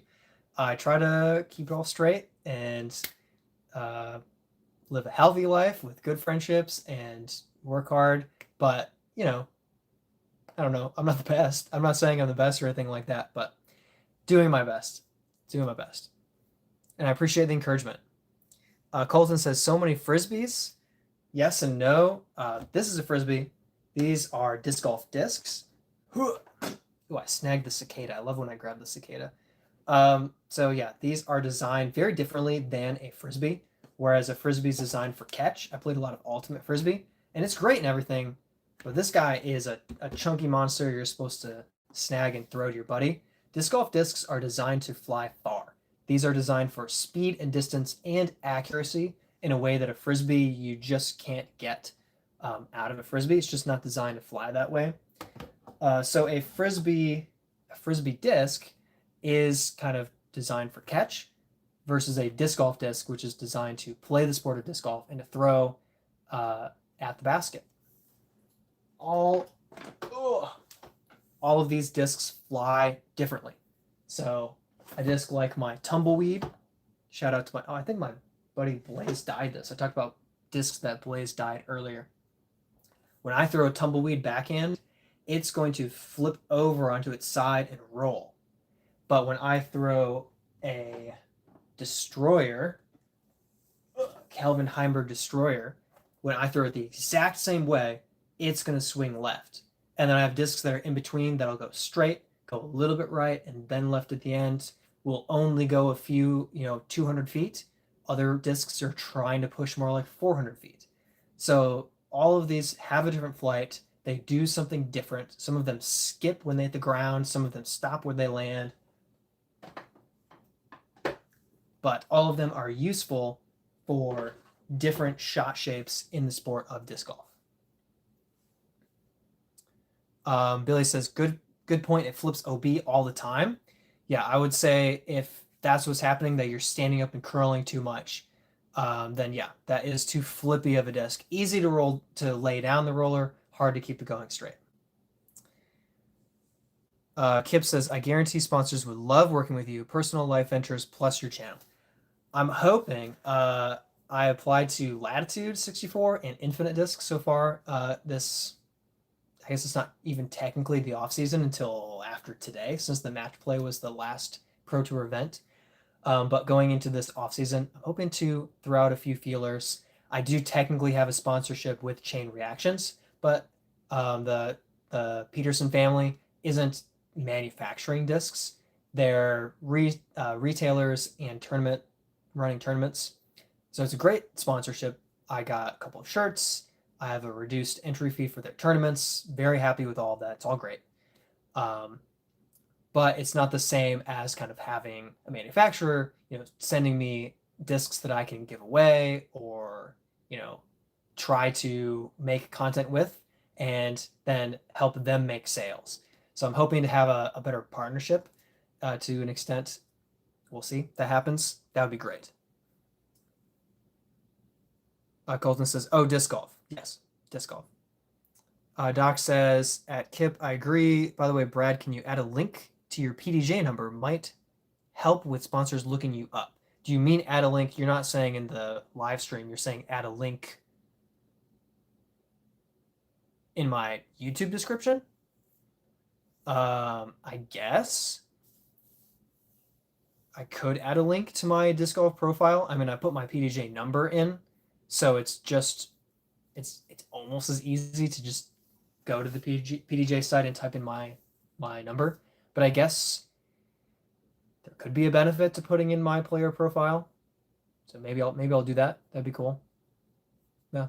I wouldn't say it's a priority for me, but I'm sure that'd be a slight benefit. Doc says that's why Brent uses a tilt as a roller disc. He probably would. Kip says, yes, really good point. So obvious when you say it out loud. Yes, I mess it up almost every time. Are you talking for rollers? But it's definitely what I do for rollers is I've tended to throw flippy and then I throw a bad roller. And I'm like, rollers are stupid. But it's not the disc, it's me. It's not rollers, it's me. Doc says Sidewinder might be right, both are nines. Okay, so Sidewinder is probably helping with my point. Going from something like Roadrunner to Sidewinder is taking a step in the stable direction, not calling Sidewinder stable, but more towards stable, and maybe won't flip up and curl as much as quickly. Just depends. Uh, Billy says they're discs. Uh, Billy sent 100 for 2 jewels. I don't know. Is that a gift? Is that what that is? I actually am not familiar with that. I don't know what that means precisely. So I guess thank you. I don't know what the impact of that is, but shout out to Billy. Alex says a Rolo or a function maybe. Yeah, Rolo is good for laying down, but if you have a high speed roller, it just kind of stands up too much, just takes off. Doc says not like disc golf sponsors, but maybe if you go after people who aren't disc golfers. Yeah, there's the both and, right? Because there are people who would sponsor a disc golf channel like Vessies. Like Vessies aren't disc golf shoes, but Vessies are shoes that disc golfers could benefit from. So there's that overlap. And yeah, there are sponsors that might be interested in that and they could benefit from the link. But I if they're not interested in the disc golf, then they're not interested in the disc golf. So I guess I don't know. I don't know. I guess it's not at the top of my list. Uh, Leah said, "My husband said he almost beat you Friday. Is this true?" Let's see. Friday was such a long time ago. Where did I play? Angry Beaver. I went 5 down. I had a mediocre round. He went 3 down. So I guess if losing by 2 means almost beating someone, then I guess yeah, he's a couple strokes back. Um, I mean, I think almost beating somebody is tying them and then losing in the playoff. But whatever Kevin thinks is almost beating somebody, good for him. Um, but to be clear, he probably played better to his potential than I did to mine. So that is a compliment, not an insult. That is a compliment to how well he played during that round. So shout out for that good round. So almost is kind of a slight exaggeration, maybe, but darn good round that he was right behind me, right on my heels the whole round. Kip says, yeah, talking about rollers, I'm really inconsistent with understable discs and they're always flippy, but when I throw an overstable, it happens to sit right, it will roll straight. Never put it together until you said it out loud. Awesome. Hopefully that's just a bit of a help. Also, in terms of your disc golf profile, I say just do it because it's small effort on your part, and web dev, all about friction. I mean, that's fair. It doesn't really hurt as long as it's not clutter. It doesn't hurt to put additional information and have that available. I definitely prioritize the just everything coming to the YouTube channel because in my understanding, in my mind, the sponsors want to see talent or a bunch of followers or subscribers. So if you get to my YouTube channel and you see 7,000, you go, oh, that's good. And if you see, tied for first round one at Am Worlds, you go, oh, that's good. It's not pro tour level. It's not 100,000. But when you have both of those, hopefully you're like, oh, there's some talent and there's some influence. So a little bit of that combined, hopefully, makes for a combination where you want to be, more involved. I hope. I hope. All right, Daniel says, good night, everyone. Going to sleep because I have college early tomorrow. Enjoy your Psych 101. I don't know. Yeah. Have a good night. Thanks for hopping on and joining and hanging out, Daniel. Appreciate you being here. And sorry I didn't recognize you. I'll come up with that nickname while you're gone.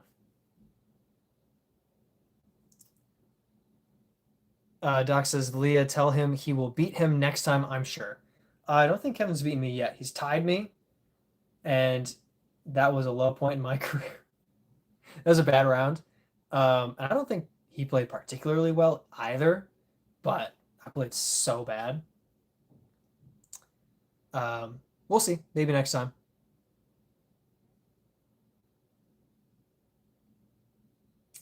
Uh, Kevin says, can I have that green mamba? Trade you my polecat for it? First of all, my polecat is better than your polecat. Your polecat is junk. So I already have a better polecat.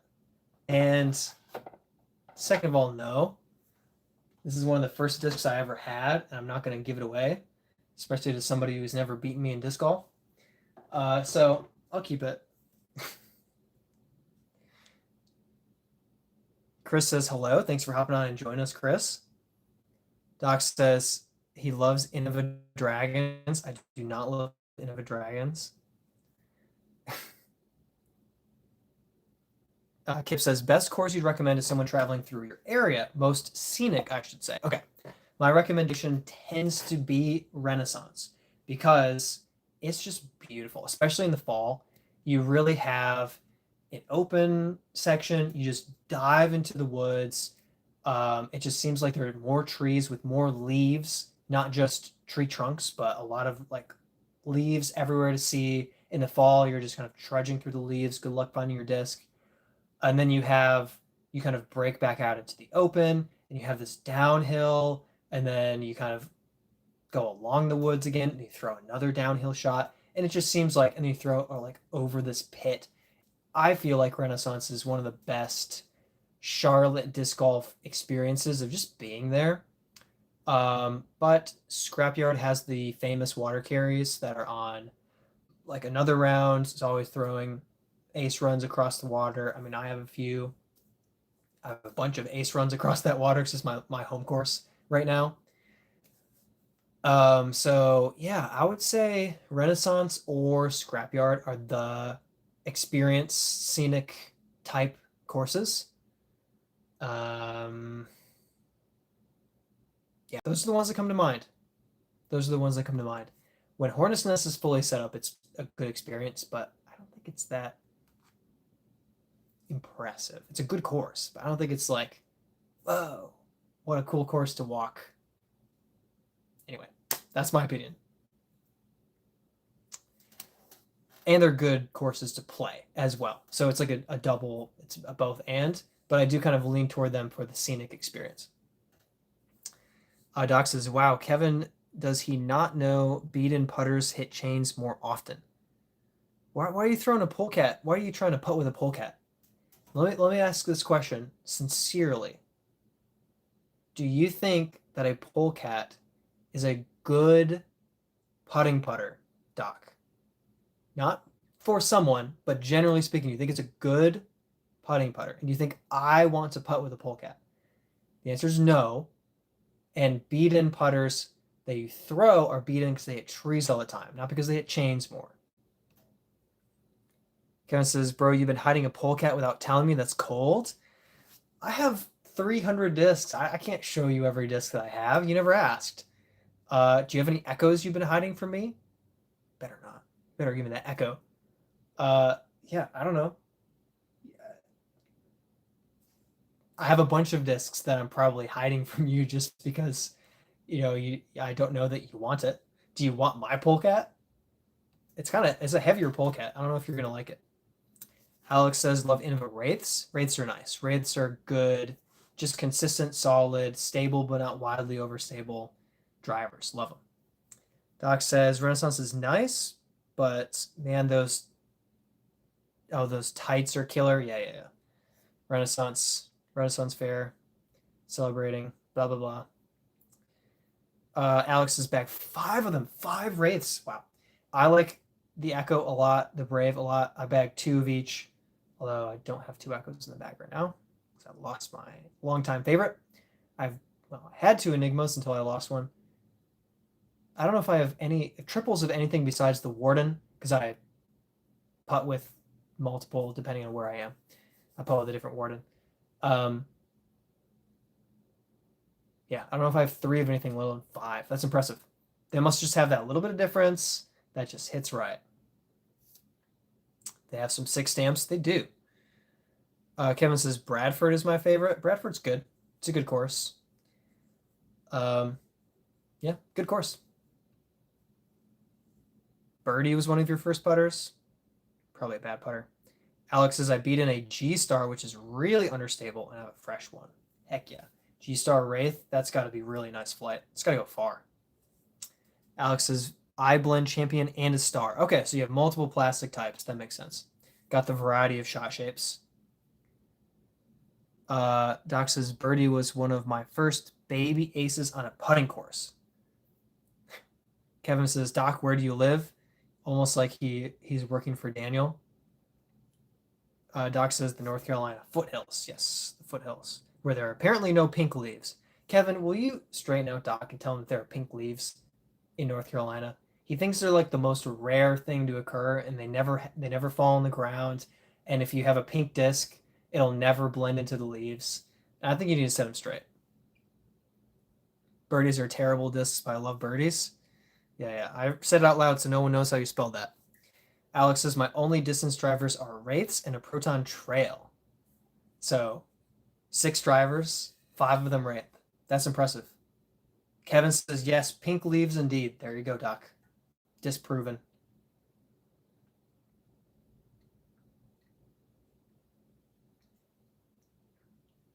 Ooh. We're already pushing 9 p.m. All right. 5 to 10 more minutes. And that's it for me. Didn't sleep well. Of course, I never sleep well before a tournament. It just seems like doesn't matter if it's the most casual tournament ever. I just have to not sleep well because that's just the rules, apparently. Anyway, I'm tired. I've got a few more minutes left in me, but I need to eat more food. I had dinner, but I have to eat something. Maybe ice cream. Something healthy to help me get through the evening. Maybe run out to Taco Bell. It's a joke. Just kidding. Doc says, I hope you never sleep well before it means you care enough to be worried. I mean, I've cared, probably the tournament I've cared the most about was Chainhawk Open, and I slept pretty well before the Chainhawk Open. I mean, I was tired, slept well. Probably what I cared about the most. And I was, worried, but I wasn't freaking out about it, or like I was a little nervous, but not anxious about it. And Worlds was like the biggest tournament, and in a different way, I cared more about that. I mostly slept pretty well, except for one night. One night I slept terrible for no reason. But I don't know. There's something to be said for taking the competition seriously and not impacting you. But it's another thing to be unable to sleep and being tired through church, just because you're playing in a C tier in the afternoon. Like, that's silly. That's silly. I don't think it was because of the competition that I was sleeping poorly. I wasn't like consumed by thoughts of how I was going to play.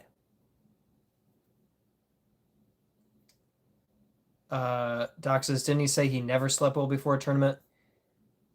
Yeah, almost never. I can probably remember the times where before a tournament I just slept great. And the Chainhawk Open was kind of one of them. And I wouldn't even say it was like exceptionally good sleep. Actually, one of the nights I slept really bad. I got like 4.5 hours of sleep or something, and it was just this. I just kept waking up throughout the night.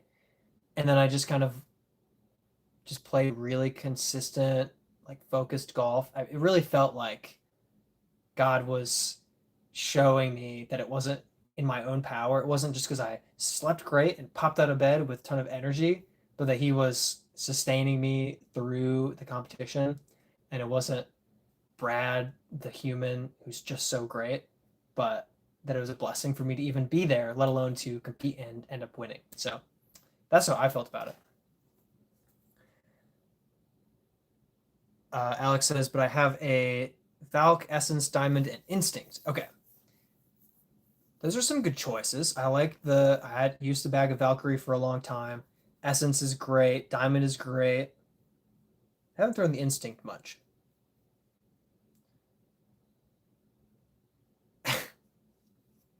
Doc, you can talk to Alex about diamonds. I'm gonna keep talking. Alex says, always like my Opto Ice one that I almost aced with today. Dude, the Opto discs are nice. The Opto Ice discs are nice. I have the Opto Splash River. Love how it looks. Love the plastic. Love the, paint splatter. Doesn't feel good in the hand when I go to throw it. but it's a sweet disc. But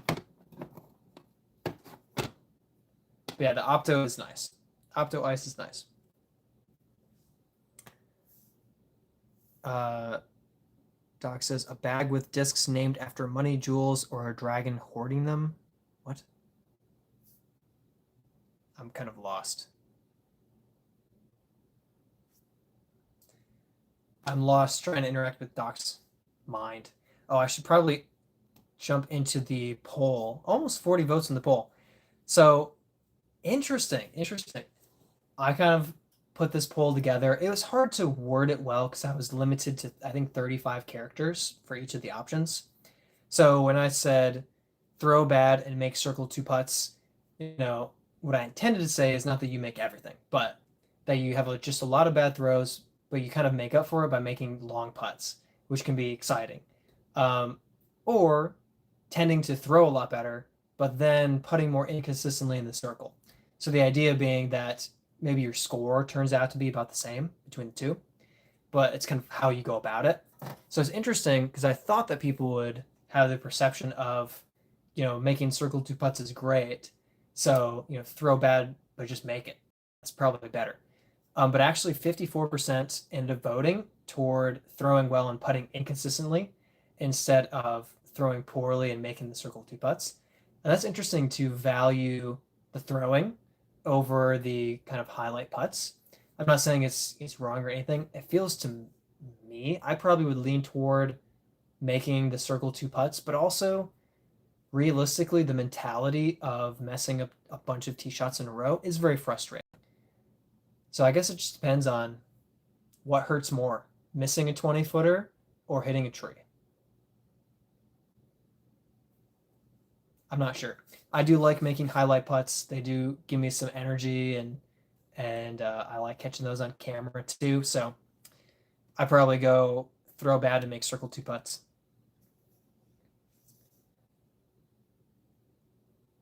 Oh, Doc, you're talking about your themed bag, putting your bag together that only has like money, diamond, jade. Okay, okay, got it. Wealth and dragons bag. Got it. Kip says the Wraith is the understable disc I can't ever throw consistent. That's interesting. There are definitely a variety. There's so many different flight paths you can get out of a Wraith. I mean, any disc with a bunch of different plastics. Like I've seen Flippy destroyers, and then there's a Calvin destroyer. Very different flights. But yeah, there's some Wraiths that I borrowed from a buddy and I threw once, and I'm like, this is a good disc. This is a good, straight flying Wraith with perfect stability and a late fade, and it just seems money. But I also had a Wraith that was a roller disc for me, and I didn't love it.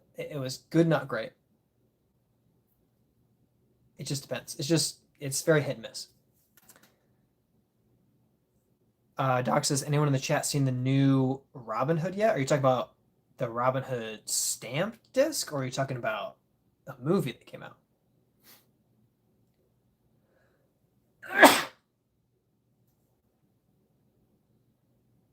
Excuse me. The Robin Hood TV show? Okay, I didn't know there was a TV show. I still haven't watched all the way through Arrow yet. Doc says, why doesn't everyone do themed bags? I mean, I'll answer for me personally. If I did themed bags, I'd play worse, and I want to play well. So that's my answer.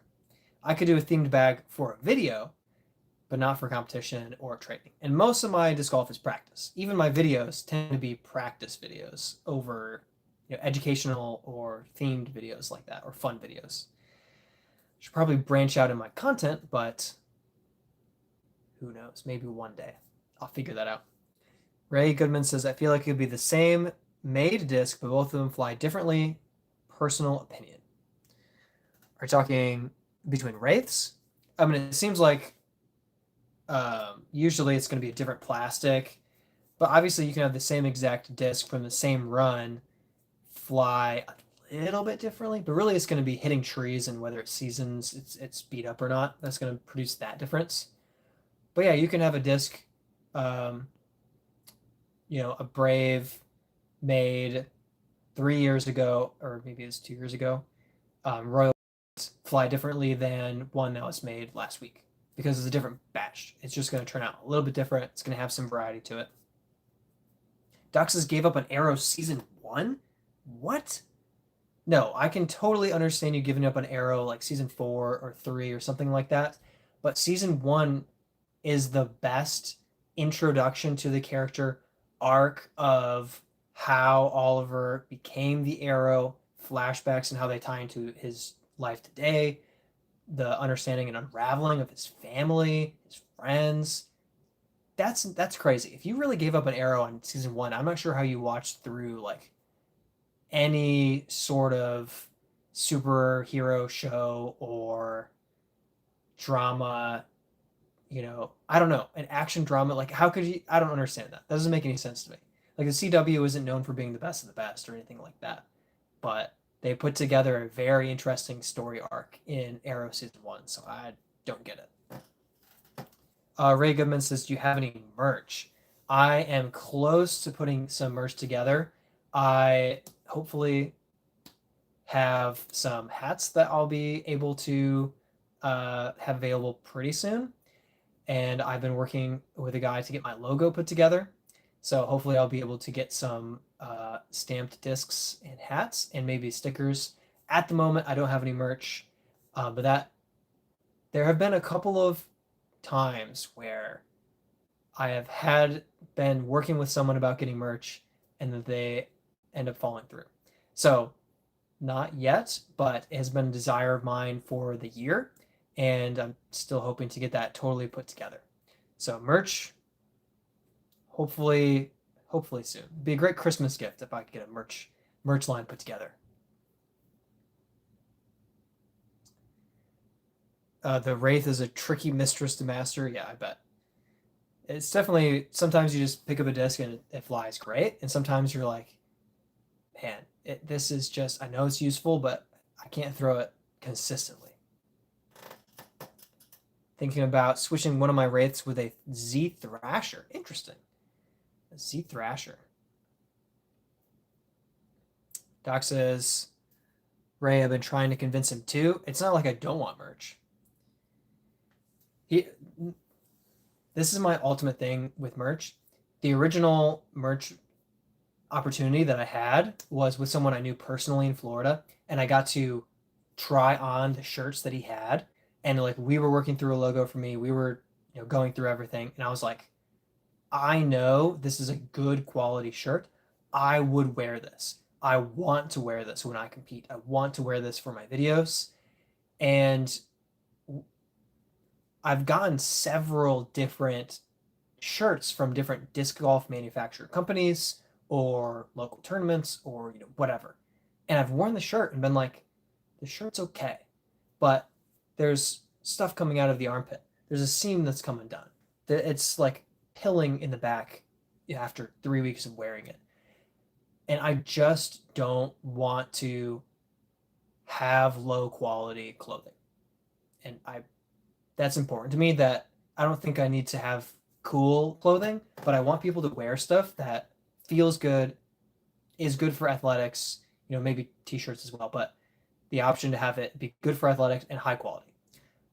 So it's hard because I had that, and then when it fell through, I was like, okay, how do I find that somewhere else?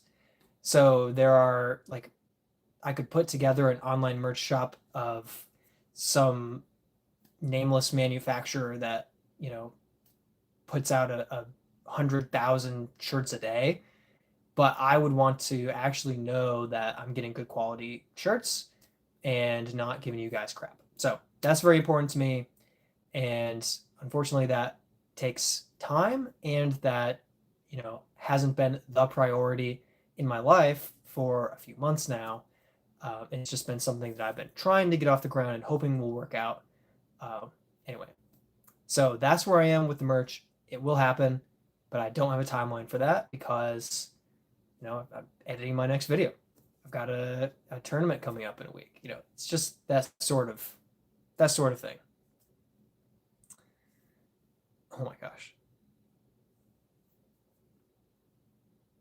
Kip says merch would be cool. Alex says I would buy that. I mean, if you guys are all in, I'm very grateful. And hopefully when I have some merch, I'll be able to do fun and cool inside joke things from the live streams. Like soup or even an Ed Sheeran style thing. Like it'd just be fun to do some stuff like that. Brad's homemade chicken soup. Alex says, I love this channel. Thank you. Oh gosh. Okay, so you're talking about Arrow. It was good, but cheating on a guy with his girlfriend's sister and killing of animals. Killing of animals? Have you never heard of hunting? I get it, but let me put it this way. As a Christian, I completely respect somebody not appreciating objectionable content in their movies that they watch. Totally fair. Um, specifically when you're saying I don't want to watch this for myself. Obviously, you're not doing this. It isn't necessarily appropriate to say you shouldn't watch it either, because we have the ability to discern what's right and wrong, and like watching a movie where something violent happens doesn't mean that you are endorsing violence. You are experiencing the dramatization of something that is telling a story. Now, if you're going too far, for me personally, and you're watching full nudity, I don't think that that's appropriate. For me, as a Christian, and I think, that it's not something that God has for us to watch. So there are lines to be drawn that I believe are there. And to be fair, there are a couple of scenes in Arrow that push it a little bit, so I understand that. I guess I was assuming that you were saying the show stinks and I wasn't interested in it. But yeah, it's a very different thing to say, the writing was super bad and the action was super bad and the show was boring, than it is to say didn't like the immoral things that were portrayed in the show. Because fair enough.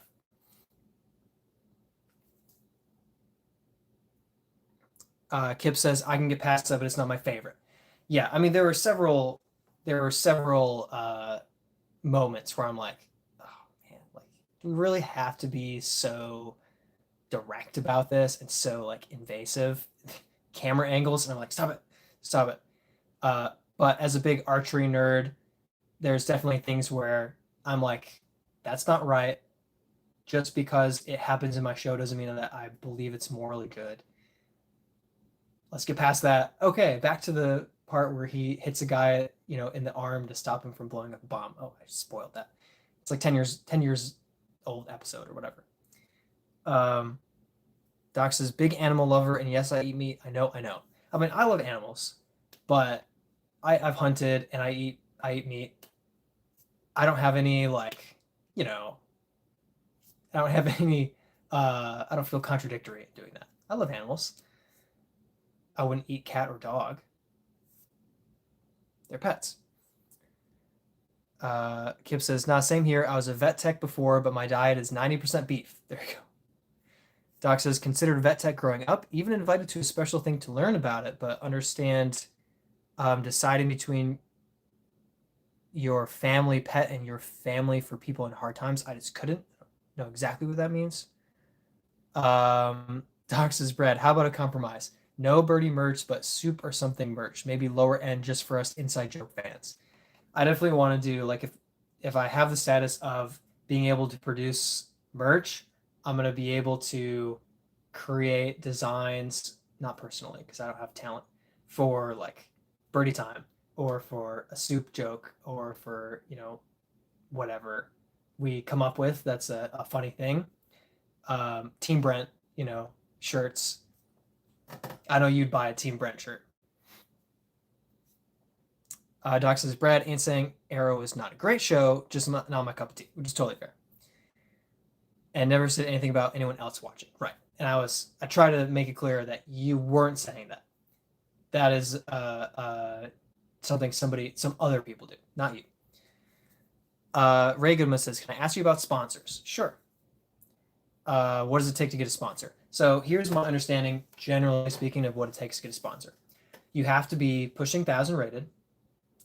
and have regular social media posts.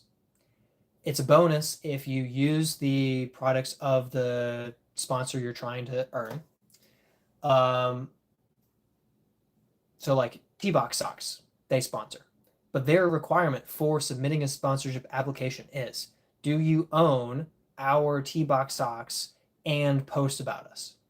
And if you don't say yes, they're not going to pick you up to sponsor you. Now that's different to an extent from a manufacturer where they might say, if we sponsor you, will you then, use our stuff? The other way that you become sponsored is you have a big social media. You're not good, but you have a lot of social media influence. So the mark that I've heard is 10K. If you don't have 10K, then you're really not going to be on the radar for sponsorships in disc golf. Well, I'm hoping, because I have neither of those things, but I'm hoping that me doing well as an amateur and now stepping in as a professional, 971 rated, made lead card at AM Worlds, and 7.5 thousand subscribers on YouTube, 1,000 on TikTok, 1,000 on Instagram, got the social media thing. Neither of those are at 1,000 rated disc golfer or 10K subscribers, influence people. But I'm hoping that having both is good enough for someone to be interested in me. So far, my only sponsorship is with local tournament directors who do resell of discs, Chain Reactions, the Peterson family. And it's definitely a different type of sponsorship, not a manufacturer sponsorship, not a paid sponsorship, still with great benefits.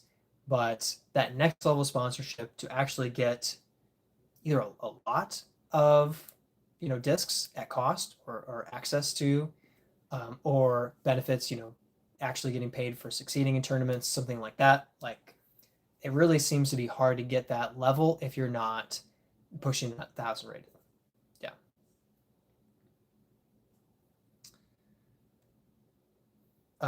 Doc says, Brad, don't watch the new Robin Hood. I will now. Also not anti-hunter. Good. Alex says bye. I don't know if Alex is leaving or not, but peace out. Thanks for hanging out for so long.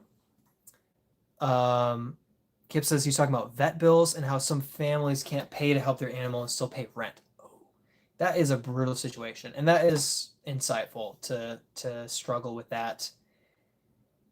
And yeah, the medical field, especially medical field for pets, is a real circumstance of great expense, and those who can afford it seem to go, above and beyond for their pets, and when you can't afford it, that's heartbreaking. Jetstream says that's a sick plate collection. You can eat off of these if you really want to, but we've got ourselves disc golf discs here. So what is this one? Gorgon. I still haven't thrown it. Have I thrown a Gorgon? But these disc golf discs, yes, if you really had to, in a pinch, you could eat off of it, but don't put it in the microwave. It is made of plastic. And these are definitely different and distinct from frisbees.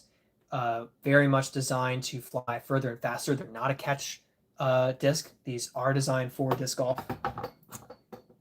Gorgon is a fun disc. Shell Shock says, which plate is your favorite? Which disc is my favorite? Where did I get this one? I would say, generally speaking, my favorite disc tends to be the Brave, one of my favorite discs. I want to get this one dyed, which is why it's pure white. But I have several Braves in the bag. But if you're talking putter, then it's a Warden. So that would be Warden. I know this is all beat up, but it's one of my favorite putters. If we're talking about mid-range, I would say a Soul. So I would say the Soul is one of my favorite, or the Echo. I should have an Echo down here. Signed by Ezra Robinson. Don't ask me why. He's not sponsored by MVP or Streamline. So the Echo is one of my favorite mid-ranges. And then when we're talking distance driver, it would be Enigma, which this isn't the plastic I bag of the Enigmas, but I have an Enigma here on the shelf. So yeah, those would be some of my favorites. That's a watermelon, not a Warden, just because it's green. So is this a watermelon too? Is this a watermelon? I guess this is the inside of a watermelon, right? Another watermelon for you. This guy was well used. I threw him a lot. They're self-cleaning plates. That's disgusting. Kappa says, so social media is a major factor more so than wins. I would say yes. I would say that social media is a huge factor. Now, if you win in worlds, that's a different story. If you win US amateurs, that's a different story. But at that point, you're probably 992 rated or something like that. You're very much up there and heavily competitive in the amateur sphere. So you can probably be recognized as a rising star and have a good rating. So yes, you can get noticed for winning a big tournament like that. But not only are you unlikely to do that if you don't have the rating, but if you aren't doing that and don't have the social media, then it's hard for you to get noticed. Yeah, so I would say that social media presence is important, particularly for someone like Prodigy. Prodigy, I think, is a negative for them. They expect you to sell discs for them, and they expect you to be the marketing person for them. Like, you are supposed to market yourself as a talented disc golfer and their stuff along with you. I think Latitude is better about this. Discraft is better about this, where they market you and their discs and interacting with your personality to sell, and they'll do a stamped run so that they can sell it and make money from it. And they're smart because they'll cut you in and they use your popularity and abilities to leverage selling more discs.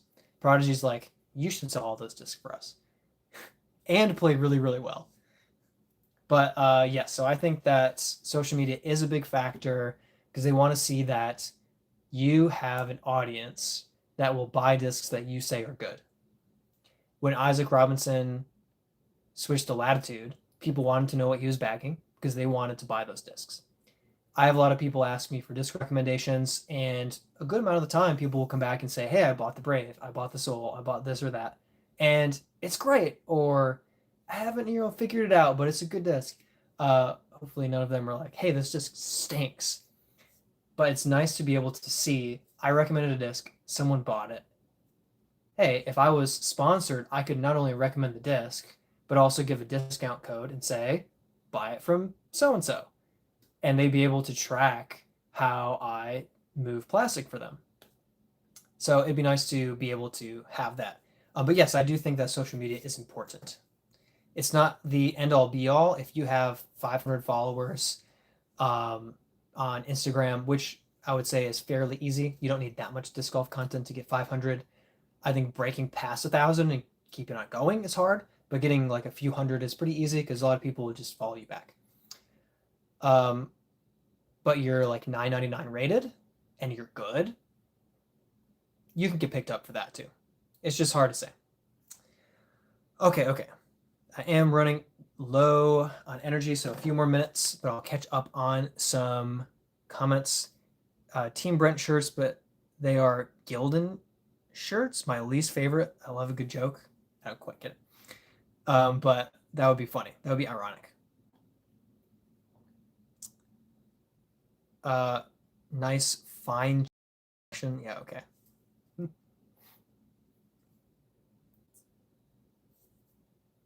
That's crazy. I guess they want someone with a brand, then build a brand themselves. So it's a little bit of both. Like, let's put it this way. Smith sells plastic. Simon Lizotte sells plastic. It doesn't matter what they're throwing, they'll sell it. So MVP picks up Simon. Boom. They just made a bunch of money. Yes, they're spending money on him, but they're making a bunch of money. I guess my point is, it kind of depends.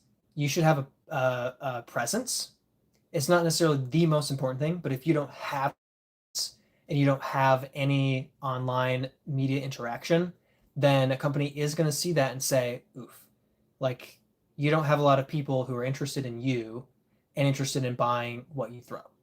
That's a drawback. You better be very good. So we can market you.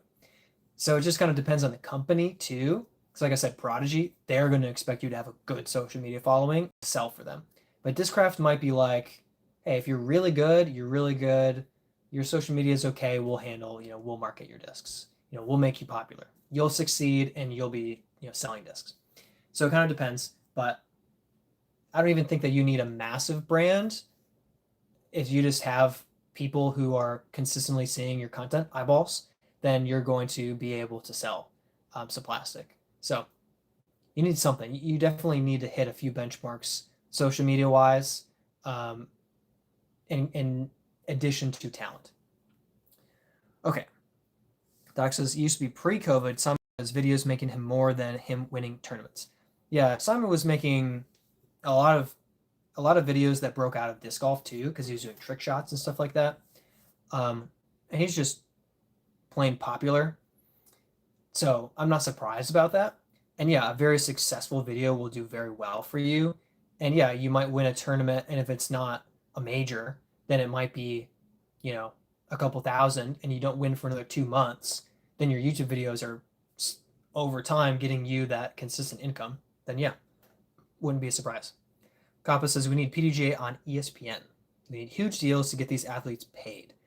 Yes, I agree, and I do truly think that the money we need outside money coming into disc golf, because there's so much focus on the disc golf manufacturers sponsoring everything. It's like there's not enough money to go around. So yeah, I think we really need more big outside sponsors bringing money into disc golf, and more money means more competitions, better competitive levels, better competitors in the field who are more qualified and ready to be there, and more money for the athletes that do well. And that means that there's just kind of more draw to be a fan and to spend on disc golf, et cetera, et cetera. And if that's happening, then people like me are more likely to get a sponsorship where I'm not at that level, but I'm pretty good and I have an audience. And now they have enough money to look at somebody at my level and be like, oh, you can make us some money too.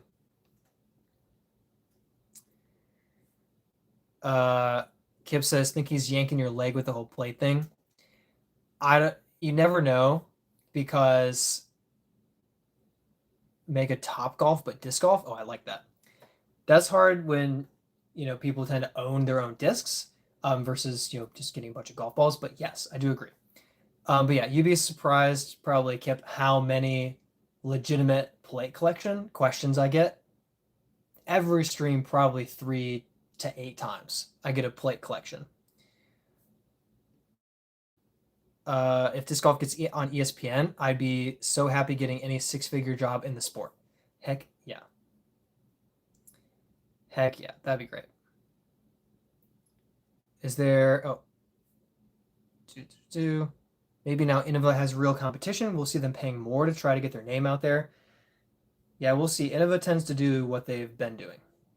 I think they pay Calvin a lot, but otherwise, I think they're just like, just keep doing what they've been doing because it has worked and it continues to work okay. But Discraft has passed them. Discraft sells way more than them. Is there another sport where one company kind of owned the sport? I don't know enough about sports history. I'm sure that to an extent the answer is yes until a certain point, and then that stopped. But I don't know specifics, so I have no idea.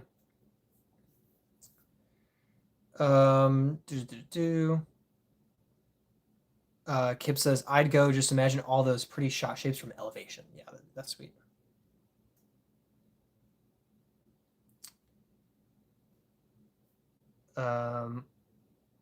From Maggio, I can't read your name. From Maggio says, I want to develop a disc golf video game. Heck yes, please do. It's tiny, but I have a gaming channel as well. I will play your game. I will test it. I will test the heck out of your game. I'm a very, how do I say, thorough video game tester. I like to find bugs and break games and find mistakes. So I'm volunteering myself. From Maggio says, I'm in the books, PDGA. I mean, there are some disc golf video games, but they just feel they just don't feel good. They just don't feel clean. Doc says, Kip, I always imagine like an airplane hangar with trees, bushes, baskets on movable stands could like change the hole to shoot an 18-hole course all from one spot. Huh. Interesting. I don't know. Second place, Soupy Sales Pro Am 1997. Heck yeah. I'll have to look that up. Soupy Sales Pro Am 1997. That's great. FM says, "Hi dude, how are you? Doing good. Got to be involved in the filming of a Disc Golf Pro Tour commercial from last week, which I'm very excited about. It should come out around February and run on the Disc Golf Network throughout the whole season 2026. And I wasn't like a star or anything, but I'm in it. I should be recognizable. You should be able to see my face and be like, it's that guy from YouTube. So I'm very, very happy about that. And played a decent tournament today. Barely cashed, but got a couple dollars. A little Taco Bell money. We need to make disc golf life threatening so we can get Red Bull involved. True. Kip says, no way people think you have lime green and hot pink plates. 100%. 1000%. People truly come on and think that I have a plate collection. And then I pull a disc down and they're like, oh, that's a frisbee? I thought those were plates. They're being serious. Now, I'm sure there's a troll or two in there, but Doc will tell you that I get a lot of legitimate, is that a plate collection comments where people do think that I have just a bunch of multicolored plates back here because I've never heard of disc golf. 100%. Hey, Seek Truth now hopping on. Thanks for joining us for a little bit. I am winding down the stream, so I will be out soon, but I appreciate all of you being here and had a blast tonight. Doc says Innova plays a big part in the non-growth of disc golf. Static. That's the term to describe Innova. They're static. They're good. They're not great. They're not going anywhere special. They're just as is. They're just static. Dietolog says, hi, Bobby. How are you? I don't know who Bobby is, but it's pretty close to Bradley, so I guess points for approximation. But I'm doing good. Kip says, Doc, that would be so fun. I wish I had a few million to steal your idea. I'd bring you in on it. That'd be cool. Yeah. I would love to see Top Golf disc golf. Kappa says a VR disc golf video game would be cool using a tech disc. Yes. Yes, absolutely. 100%.